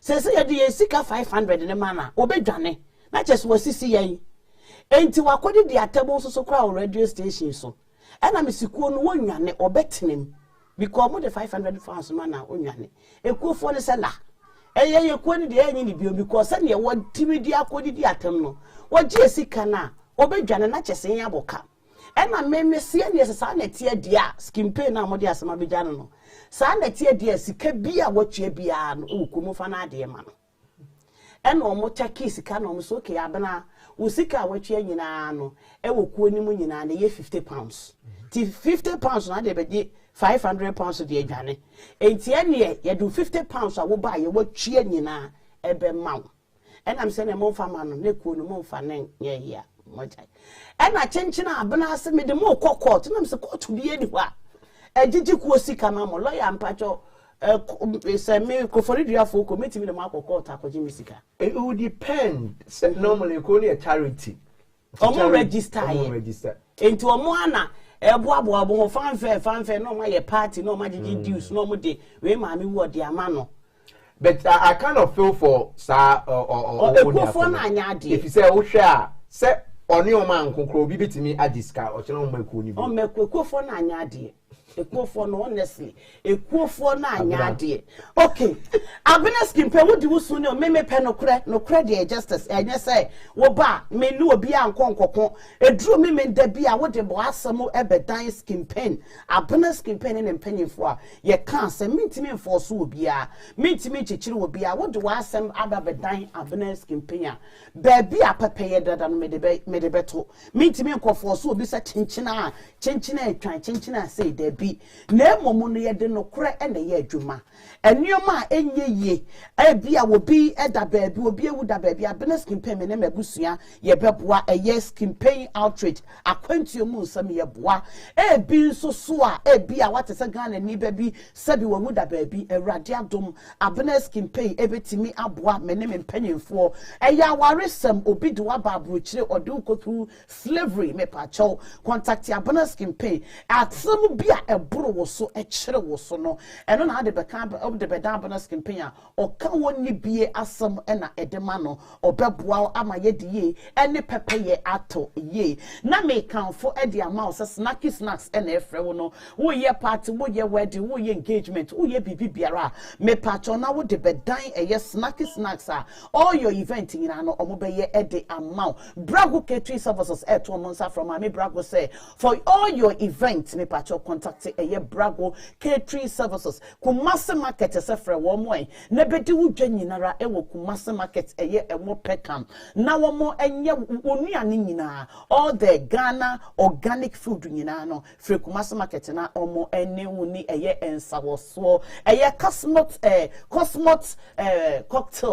cocktail to a monster efro cosmot cocktail say wo ye party wo ye wedding wo ye engagement wo ye bibia wo ye bia free cosmot cocktail bar na wo mehye show mo bar no ewo ho eni gisem kese a cosmot for ede emma won ne say bia wo ye surprise ama obi di ne birthday Father's Day Valentine's Day Mother's Day wo mo behye hyenuama no fe na wo mo post no mo de abro wo fie na delivery e de aba hi hooray na cocktail you different flavors and na e was so ntime pacho frɛ eye cosmot cocktail or mo telephone number and e wo ho no na oni wo mo eni eye ensawoso eye tap send say frɛ wo mo and na download do mo app no you need to download it wo fa wo smartphone bia na wo smartphone bia no wa ko Play Store wo Play Store no an say wa bo eye tap send ubehu abro no ma PG na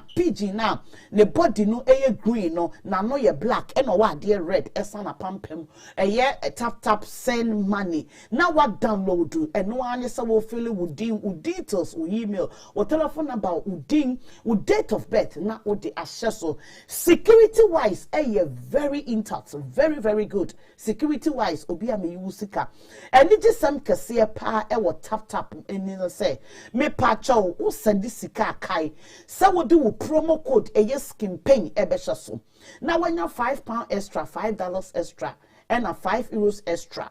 What this skin pain sheswa send ye be ya wo send sika na tum etwema bi eba ho a bonus skin pain metimi edi enimu akwaje usika edi amount eno ne tap send echina akwantuo mu nsemo ne me entena se anopa ya wade bia empaibo kese bi ekoso e wa bonus skin pain outright TV so ye bompa ye di apaye fra paye dwade apaye eno mapaye emesraw mentena se emo bonefo fa wonye hana mpa wonse twrasam ne se ye mompaye wa bra ye mre ho ye nhwe de ese Ukraine enkofuo ewo mortgages enso ene mortgage no nyina no adane anwea enkofuo lusu sika omo ye Ukraine citizens enso ene omo passport and valubium bia wutie mo beka so me de me wo fie me wodan me wo ma me wo kunu me kra Canadian passport me kra Ghana passport me kra this me wo wiase japade nyina me pa cho be bompaye ema wo kra wate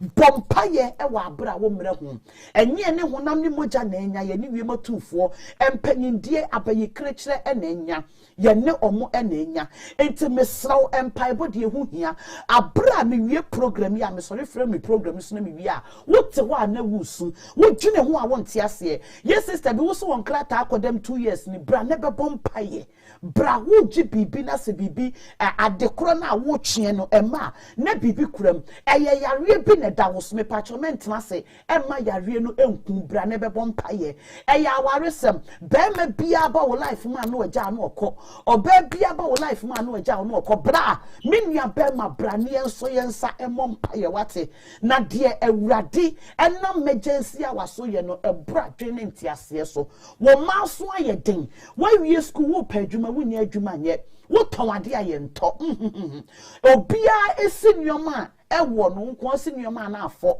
me pacho bra ne emompaye bra na ye mompaye abrabo na ye bo no ena hotra o abrabo no ena hokwa enti abrani branyina wo so bompaye wontimi enko osenye ne honam ne moja we are not fighting against flesh and blood we are fighting against principalities enti mesraw bra na ye mompaye ya wade bia adansi die awrade enam emergency awaso de man kofo no eye mind blowing eye aware eye nkrata asem eye awo awrade de awo che enra eye testimony say tie ye obi a wo fibroid enye dro enye kota dro we nom doctor we ni debi eye just ensuo miracle water baby enipa ne wo ye nimu no obi enim obi a bra ne mompaye brane beso wujidie mu na ye mompaye enra ye nua ba ma bia dance dia wo bediye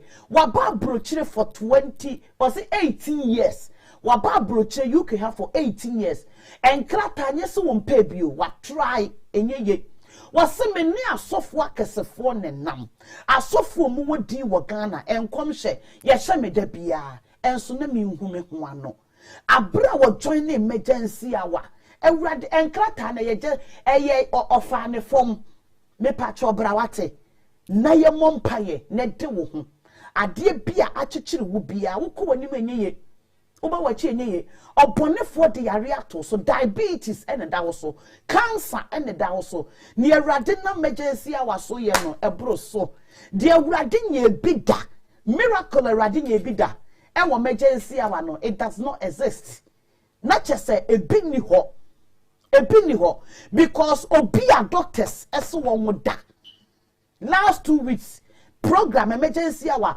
obia doctors gynecologists akache ne se wo de wo da hormones no em provide x omuda ewuraba no edi ni gidie e join emergency hour last 2 weeks ewuraba no wonyem emergency hour wo maye IVF IVF mako enso ewurade ama wo ba no IVF yenua bema doctor say o low sperm ne sperm ne de enye adwuma ebanim kosua aponkyereni enim enye low keko aponkyere it's not productive aponkyereni bi enim a wo ba through emergency hour eyensuo fansuo ewo baby a wotie prophet ebe bompa ye agunsuo ne so eya woni nyame akoa oni awrade wa apam eni nsawoso ene ye nua bema no ne yire afa ye funu ne yire nyam 3 months de awrade onye bida ewo emergency awa no it does not exist enkrata de odiche every day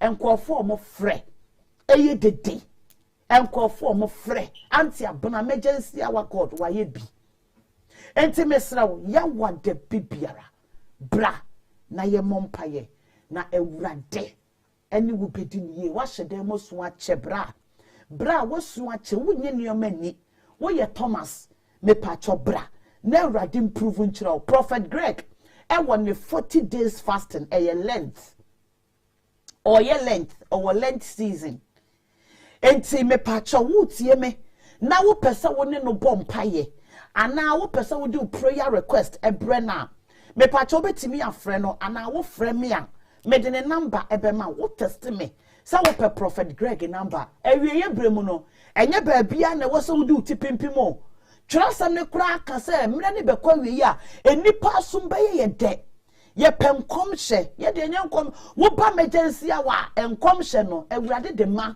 na emom brane emom paye enye prophetic platform enye enkom hye de obi aye ehye enkom ukọkọmfo wa o 2000 ba egu fo ma no aka na ebesi a kyerɛw eno so ye prophecy ye enkom hye but enkom hye ye ka kyerɛw a BBC ensankyerɛni di akyire enye wo bewu no akowu dabi wo bedi ye na ye die na ba wo bedi ye na ye die na ba enkunimdie ba ne enkunimdie na ba enti eno ne wodifo a ewurade ne wa pam what you say obu ho commission me de wo ho adom wo de kyewa wonye obeka aka wo panti ye hye wa kyerɛw but enye no ne ye hwehwɛ yate abre na emom no bra ne emom paye yenia paye yemfra paye yendware ya paye ye bompa ye ni wie na awurade bie nani a wokasa enkonhye ne de awurade adomo no ena wo bie na no ade wo beka so no awurade ma ne ye adwuma ye nia ba bia 2 weeks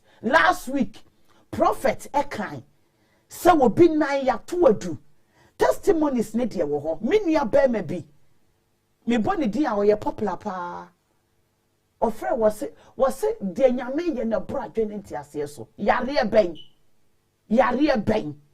awurade nhyira wo ya wada hyia me wo emergency awa testimonies no mo bi ma wo mo no muntie di awurade onam emergency awaso eye debio enye bra near debi tina baby awotia.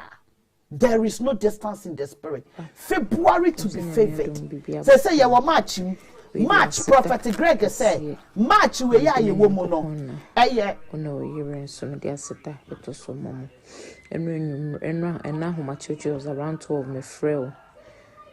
Say asema to me ni kunu kwa adwuma ya no. Eno pon ye na okofie no. Ena control for immigration for echewo mo no mo ye 3. Na down for back mom na frame make bo mama ni say achewo mo France. One echewo. Na menti o mo nka na me frel. Na me kache o se ni say na esi. Achewo mo na menti obi anka. Na kache mti Nyankopon aka ayi achewo se e de ni be kofie na. We have to send grace to him. Na ye bom paye. Oh, mommy, 24 hours, which is 24 hours. Crank a beson, ya may add more chanapa.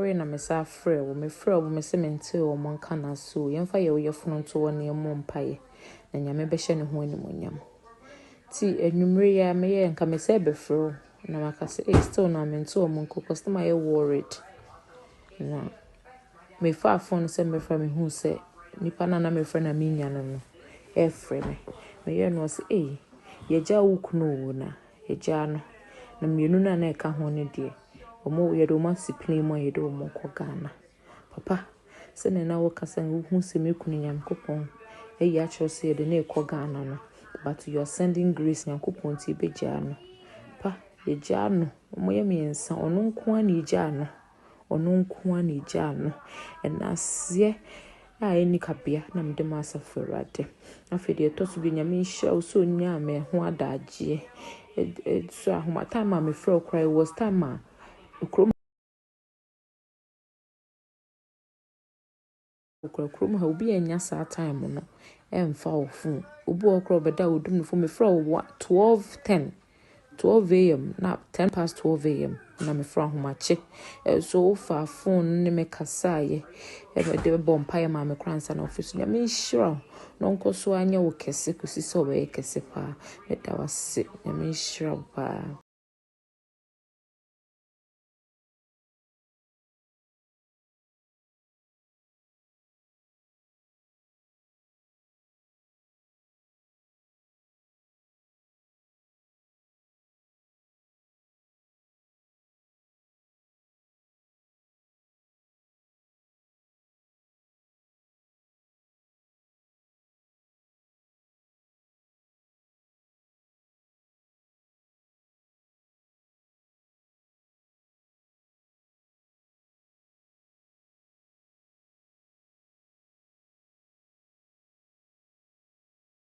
January to be favored. Na patro mo dance die kese edi. Nyakopon ya de kese ama me. Me obi amepeba. Na menyima na asai sa 3 times ansa na oba obanyem no. 2 weeks time obo hu se onyem. Nti me hu se menyem no. Me this time bedroom na asa aba me hospital yesi asai sa 3 times.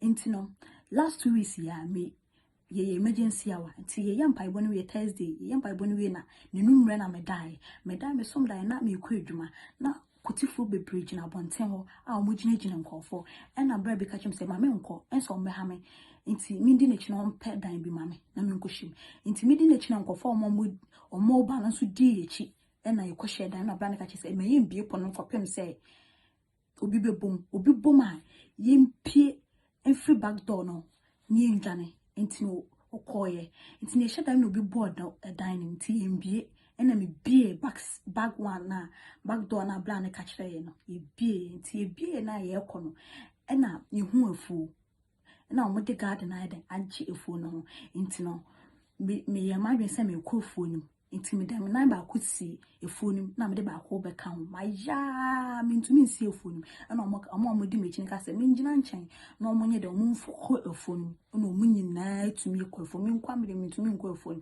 na me su na me bɔ mpa ise wade boa me na me ntumi ntinsi afu no mu bi Entino baako owo phone eye na adwen so o pejam ya be see phone e na ne bi kasa chense hwe na wamboa na mana ama me see phone emboa no mo no ankasa enyere no ho no onye den ontumi mba phone na me de me na baako see phone na me de baako ne kan wa fe na metumi see phone tumi see phone na fe me ni agye na mu hurihuri ni agye to ho na ne kasa chese yentene yensa na yentene yensa my pregnancy test ayeden abeda yensim no so bia check na de enye dwon so ye enye check obia dia so one me nko ame dia so ba kom si irade aden na misu ti so no koso no bi ka say eh hwe me de ba kwa ba be kan na me team me hwe na che say me yi na so mienu na mani agye to hona na mani so team me hwe time na bo 2 yakoba 3 che say ye Friday mo na me de me ka ofa pregnancy test say na ko paso me dai dey wo say me kona me ko check ya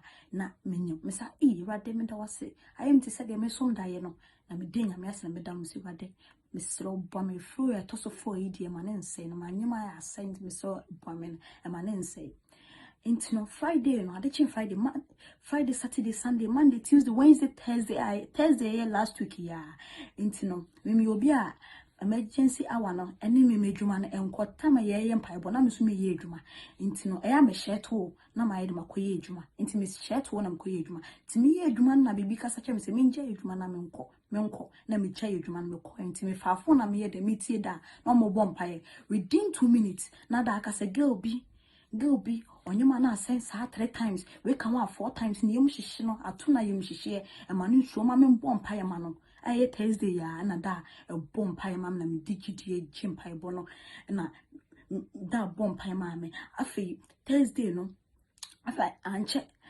Thursday na de Friday Saturday Sunday afi na me twa me message time no afi na me message time na so na pawo 6 days me say hey rade me da wase oya de kese ma me pa na me message time aso apaw 6 days e rade me da wasinti na kopan ya de kese pa afada aso ya de kese wo mabrabo me de nyame ase ntimo yino mo ho nhye no bia emfa gidie enta empaibo na da e bonu no obo wodi na obo mpa ya fagidie na je e bi se me da obo bi di no bone empire ma onya kro na me digide je onya kro empire bono obu ha na wo ya de foforo na adwe na akoma nyina ani empire bono so nti me gide se nkofo enhira na anya ko da enhira wo mo na nkofo bu ha oni gidie wonje no nti me gide se nyakopon gidie no na nyakopon ayede enhira me na afi share no so ka hu bi nti me de nyame ase me dada ase awa nyakopon fada so aboa me awo bia wotena ma wo so nyina nyakopon eyi onyako ne firi ho ama metumi anyima apawo bepem samle me da ma abana senso me da na se pa na afi so me da sa se wa kotomase modidam numbers 2 kame mintumi ndi adanse mfa ensene da ti me domase me do biase na obia fagidie entai saade nim na ibibia nkoso ya brabom yakopon be shrine no shrine no obayi bibia manaye fe yakopon aye ama like wama me hu de mekampo wama ma meni so nyina da no mese oye makoma so de ama me de nyame asepa wade kase a wa jama me e wo Yesu di me da wase na me show bia e wo Yesu di amen. Hallelujah. February to be favored. February to be favored. Indeed, the Lord has favored us this February, and we are here to share our testimony. We too, the God of emergency hour has remembered us, and we can't keep calm than to tell the whole world and the people on this platform that the God of emergency hour is still in the business of doing miracles, and he will never forget you, because he has never done so. He has remembered me and my family. We thought we would never get our testimony, but the God of Prophet Greg has proven himself strong, and we are here to testify that which the Lord has done. Yes. And as my wife was saying, we thought it would never happen. Especially, I was heartbroken. I thought it would never happen, because I've been in this country for 18 years, and it's not like we don't serve God. We've served men of God. We are active in church. We've served most of them when they come from Ghana. We served them. Most of them, you know them when I mention their name. And they were prominent men of God, prophecies upon prophecies. And it was concerned my documentation. And it was like a battle. 18 years in this country without document. You can imagine how it is. It was an ups and downs and a whole lot of things. You can't do anything. Your life is stagnant. And it was a very painful experience. And the most painful part was I lost my mom along the line. I lost my dad along the line, and I couldn't go. So as I'm speaking to you now, I don't even know where they were buried, and it was very painful. It brought me a lot of pain, and I was asking a lot of questions. That why me, God? Why? Because I've served you. I keep serving you, and I was doing a lot of active church activities and stuff, but I wasn't. Nothing was coming, and I was very downhearted. But I was going through Facebook, and I chanced on emergency hour.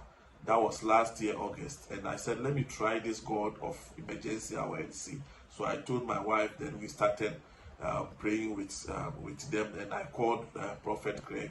By that time, I've put in an application, and I've not heard anything. So I told Prophet Greg my problem, and he declared a fast with me, and we did the fasting for 2 weeks fasting. And after that, he told me that God has done it, and it is done, it is settled. That was from August, and I was doubting. I said, this is what all the men of God say to me. So it's like a normal thing to me. I wasn't expecting. August is gone, September has come, then October, then we're in December. I wasn't hearing anything. So I kept calling Prophet, and Prophet kept assuring me that there's nothing that the God of emergency I will not do. I kept hearing prophecies upon testimonies from people that God has done for them. And I was like, when is this going to be my turn? If you are here and God hasn't done for you, just be in the line and just continue to be with emergency hour, and God will do it for you. Because I was in that situation.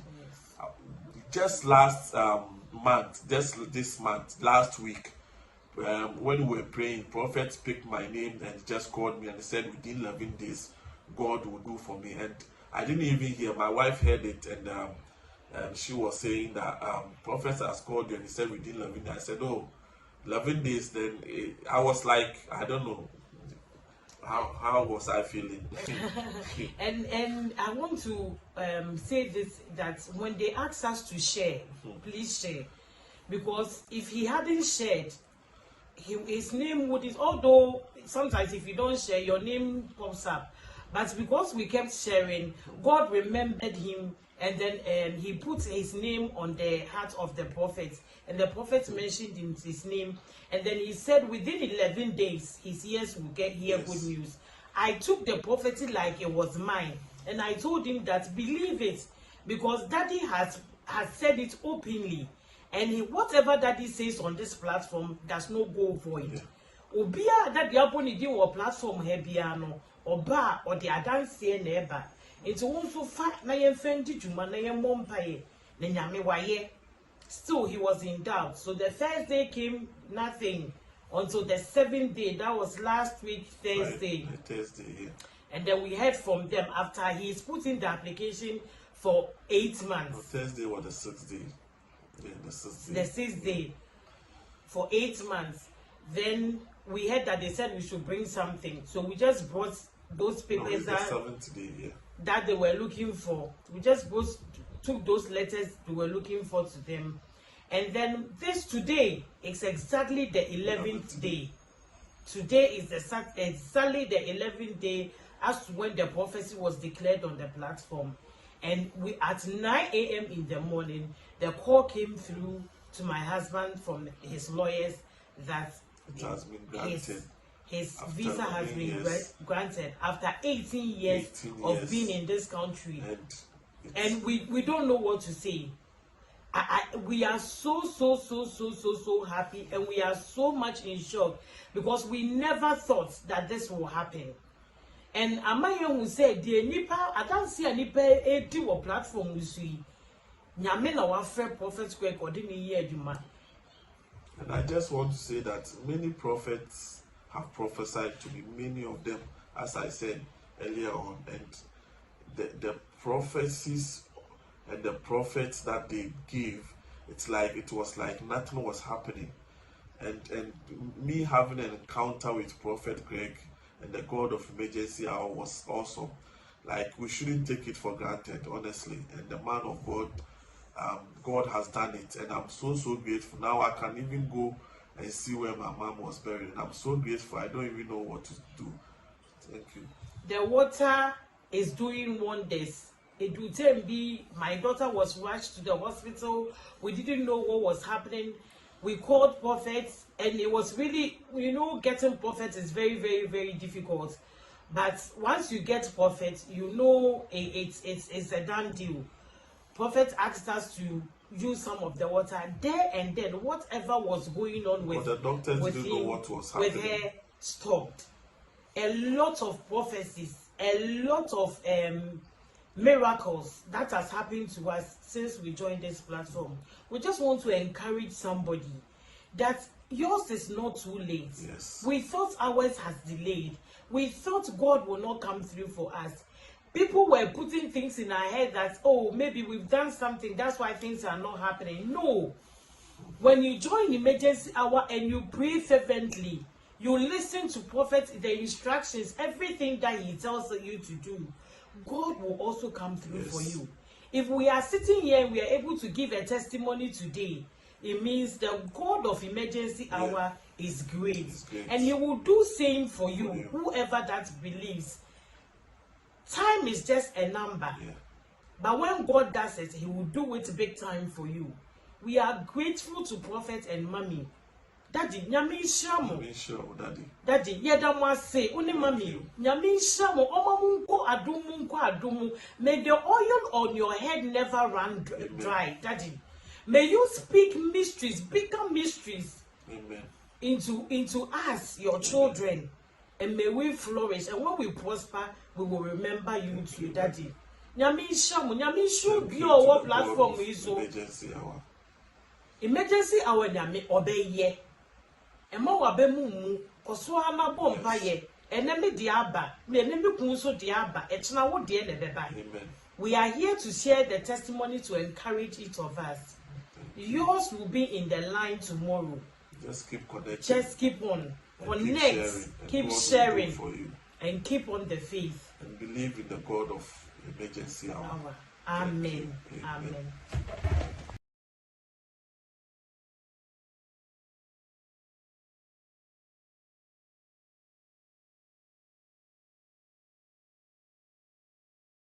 Praise the Lord. Hallelujah, hallelujah, hallelujah. Miss Menya dansi die. Eka me so me kra ne hwan ni. Oba boni 47.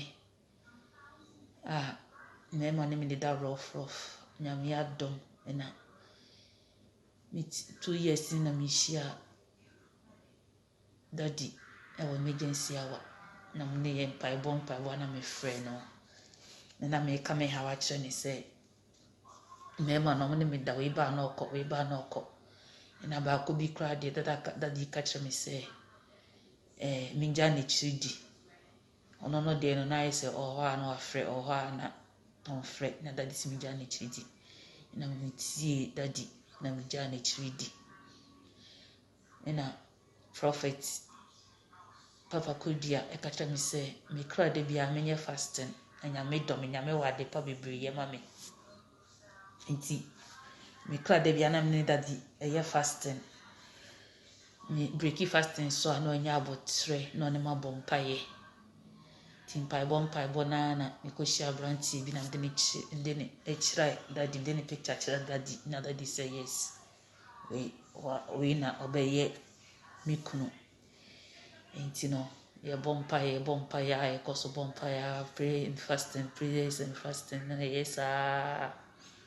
ye daddy be kase me nye bia na ma ye and nyame ahyeni di animonyam 22nd of January na me koye engagement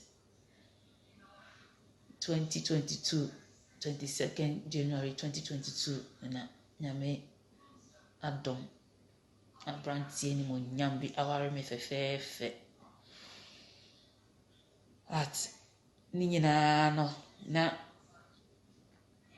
attack bem na mo ka se me de mintimi ware da ni nyame de nyame ehira no ehira no en abrantie no nya accident o Ghana e da ebe yi no 3 days no engagement 3 days no nya accident na me free daddy na me sungu daddy so da se me benya abotre na nyame adom na hoto no me so me ko Ghana me passport visa mo bibo mu no a day na no mo so mo be post over na me say how a day encourage akonhie ni na me free daddy na daddy me me ye mpa wa na say o montimi nya hwe de nyame aka na na bebe me ba na nyame adom me passport na ba ya itimi akọ Ghana akọ ware fefefe nya bema eni mo nyamfo humble man to say dada kodia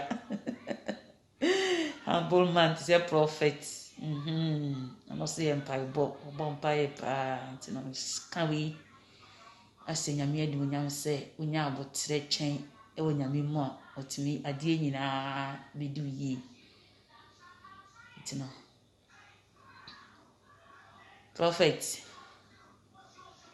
nyame shira ne mabna nyame shira fast de bia no otada de chane ne one ye mpa bo nyame shira mu nyina ne mo manyina me kama dance di we ehye nyame din eni monyam amen me say more beba that's midamase papa nyame shira mu no nyam kese amen.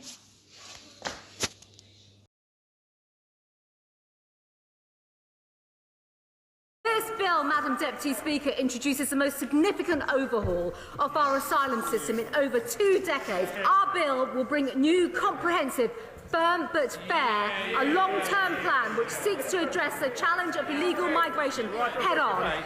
Illegal migration is facilitated by serious organised criminals exploiting people and profiting from human misery. Illegal migration is counter to our national interest because these criminal gangs and networks are also responsible for other illicit activity, including drugs, firearms, serious violence, and if left unchecked, it is a risk to our country and our national interest. We will have powers to stop illegal entry, break the business model of the evil people smugglers who will face life in prison, and with that we will bring in tough new sentences, maximum life sentences for people smugglers, the facilitators, new rules to stop unscrupulous people posing as children, and also stronger enforcement powers for border force. And importantly, those that have travelled through a safe country should claim asylum in a safe country. This government will seek to rapidly remove those with no legal right to be in the UK, establishing a fast-track appeal process, streamlining the appeal system, making it quicker to remove decisions for failed asylum seekers and dangerous foreign criminals. It is a fundamental change that we will bring in, and we are the ones that want to control illegal migration. We want to take back control of our borders, and what this bill does, this bill will bring in fundamental reform, Madam Deputy Speaker, and with that I commend this bill to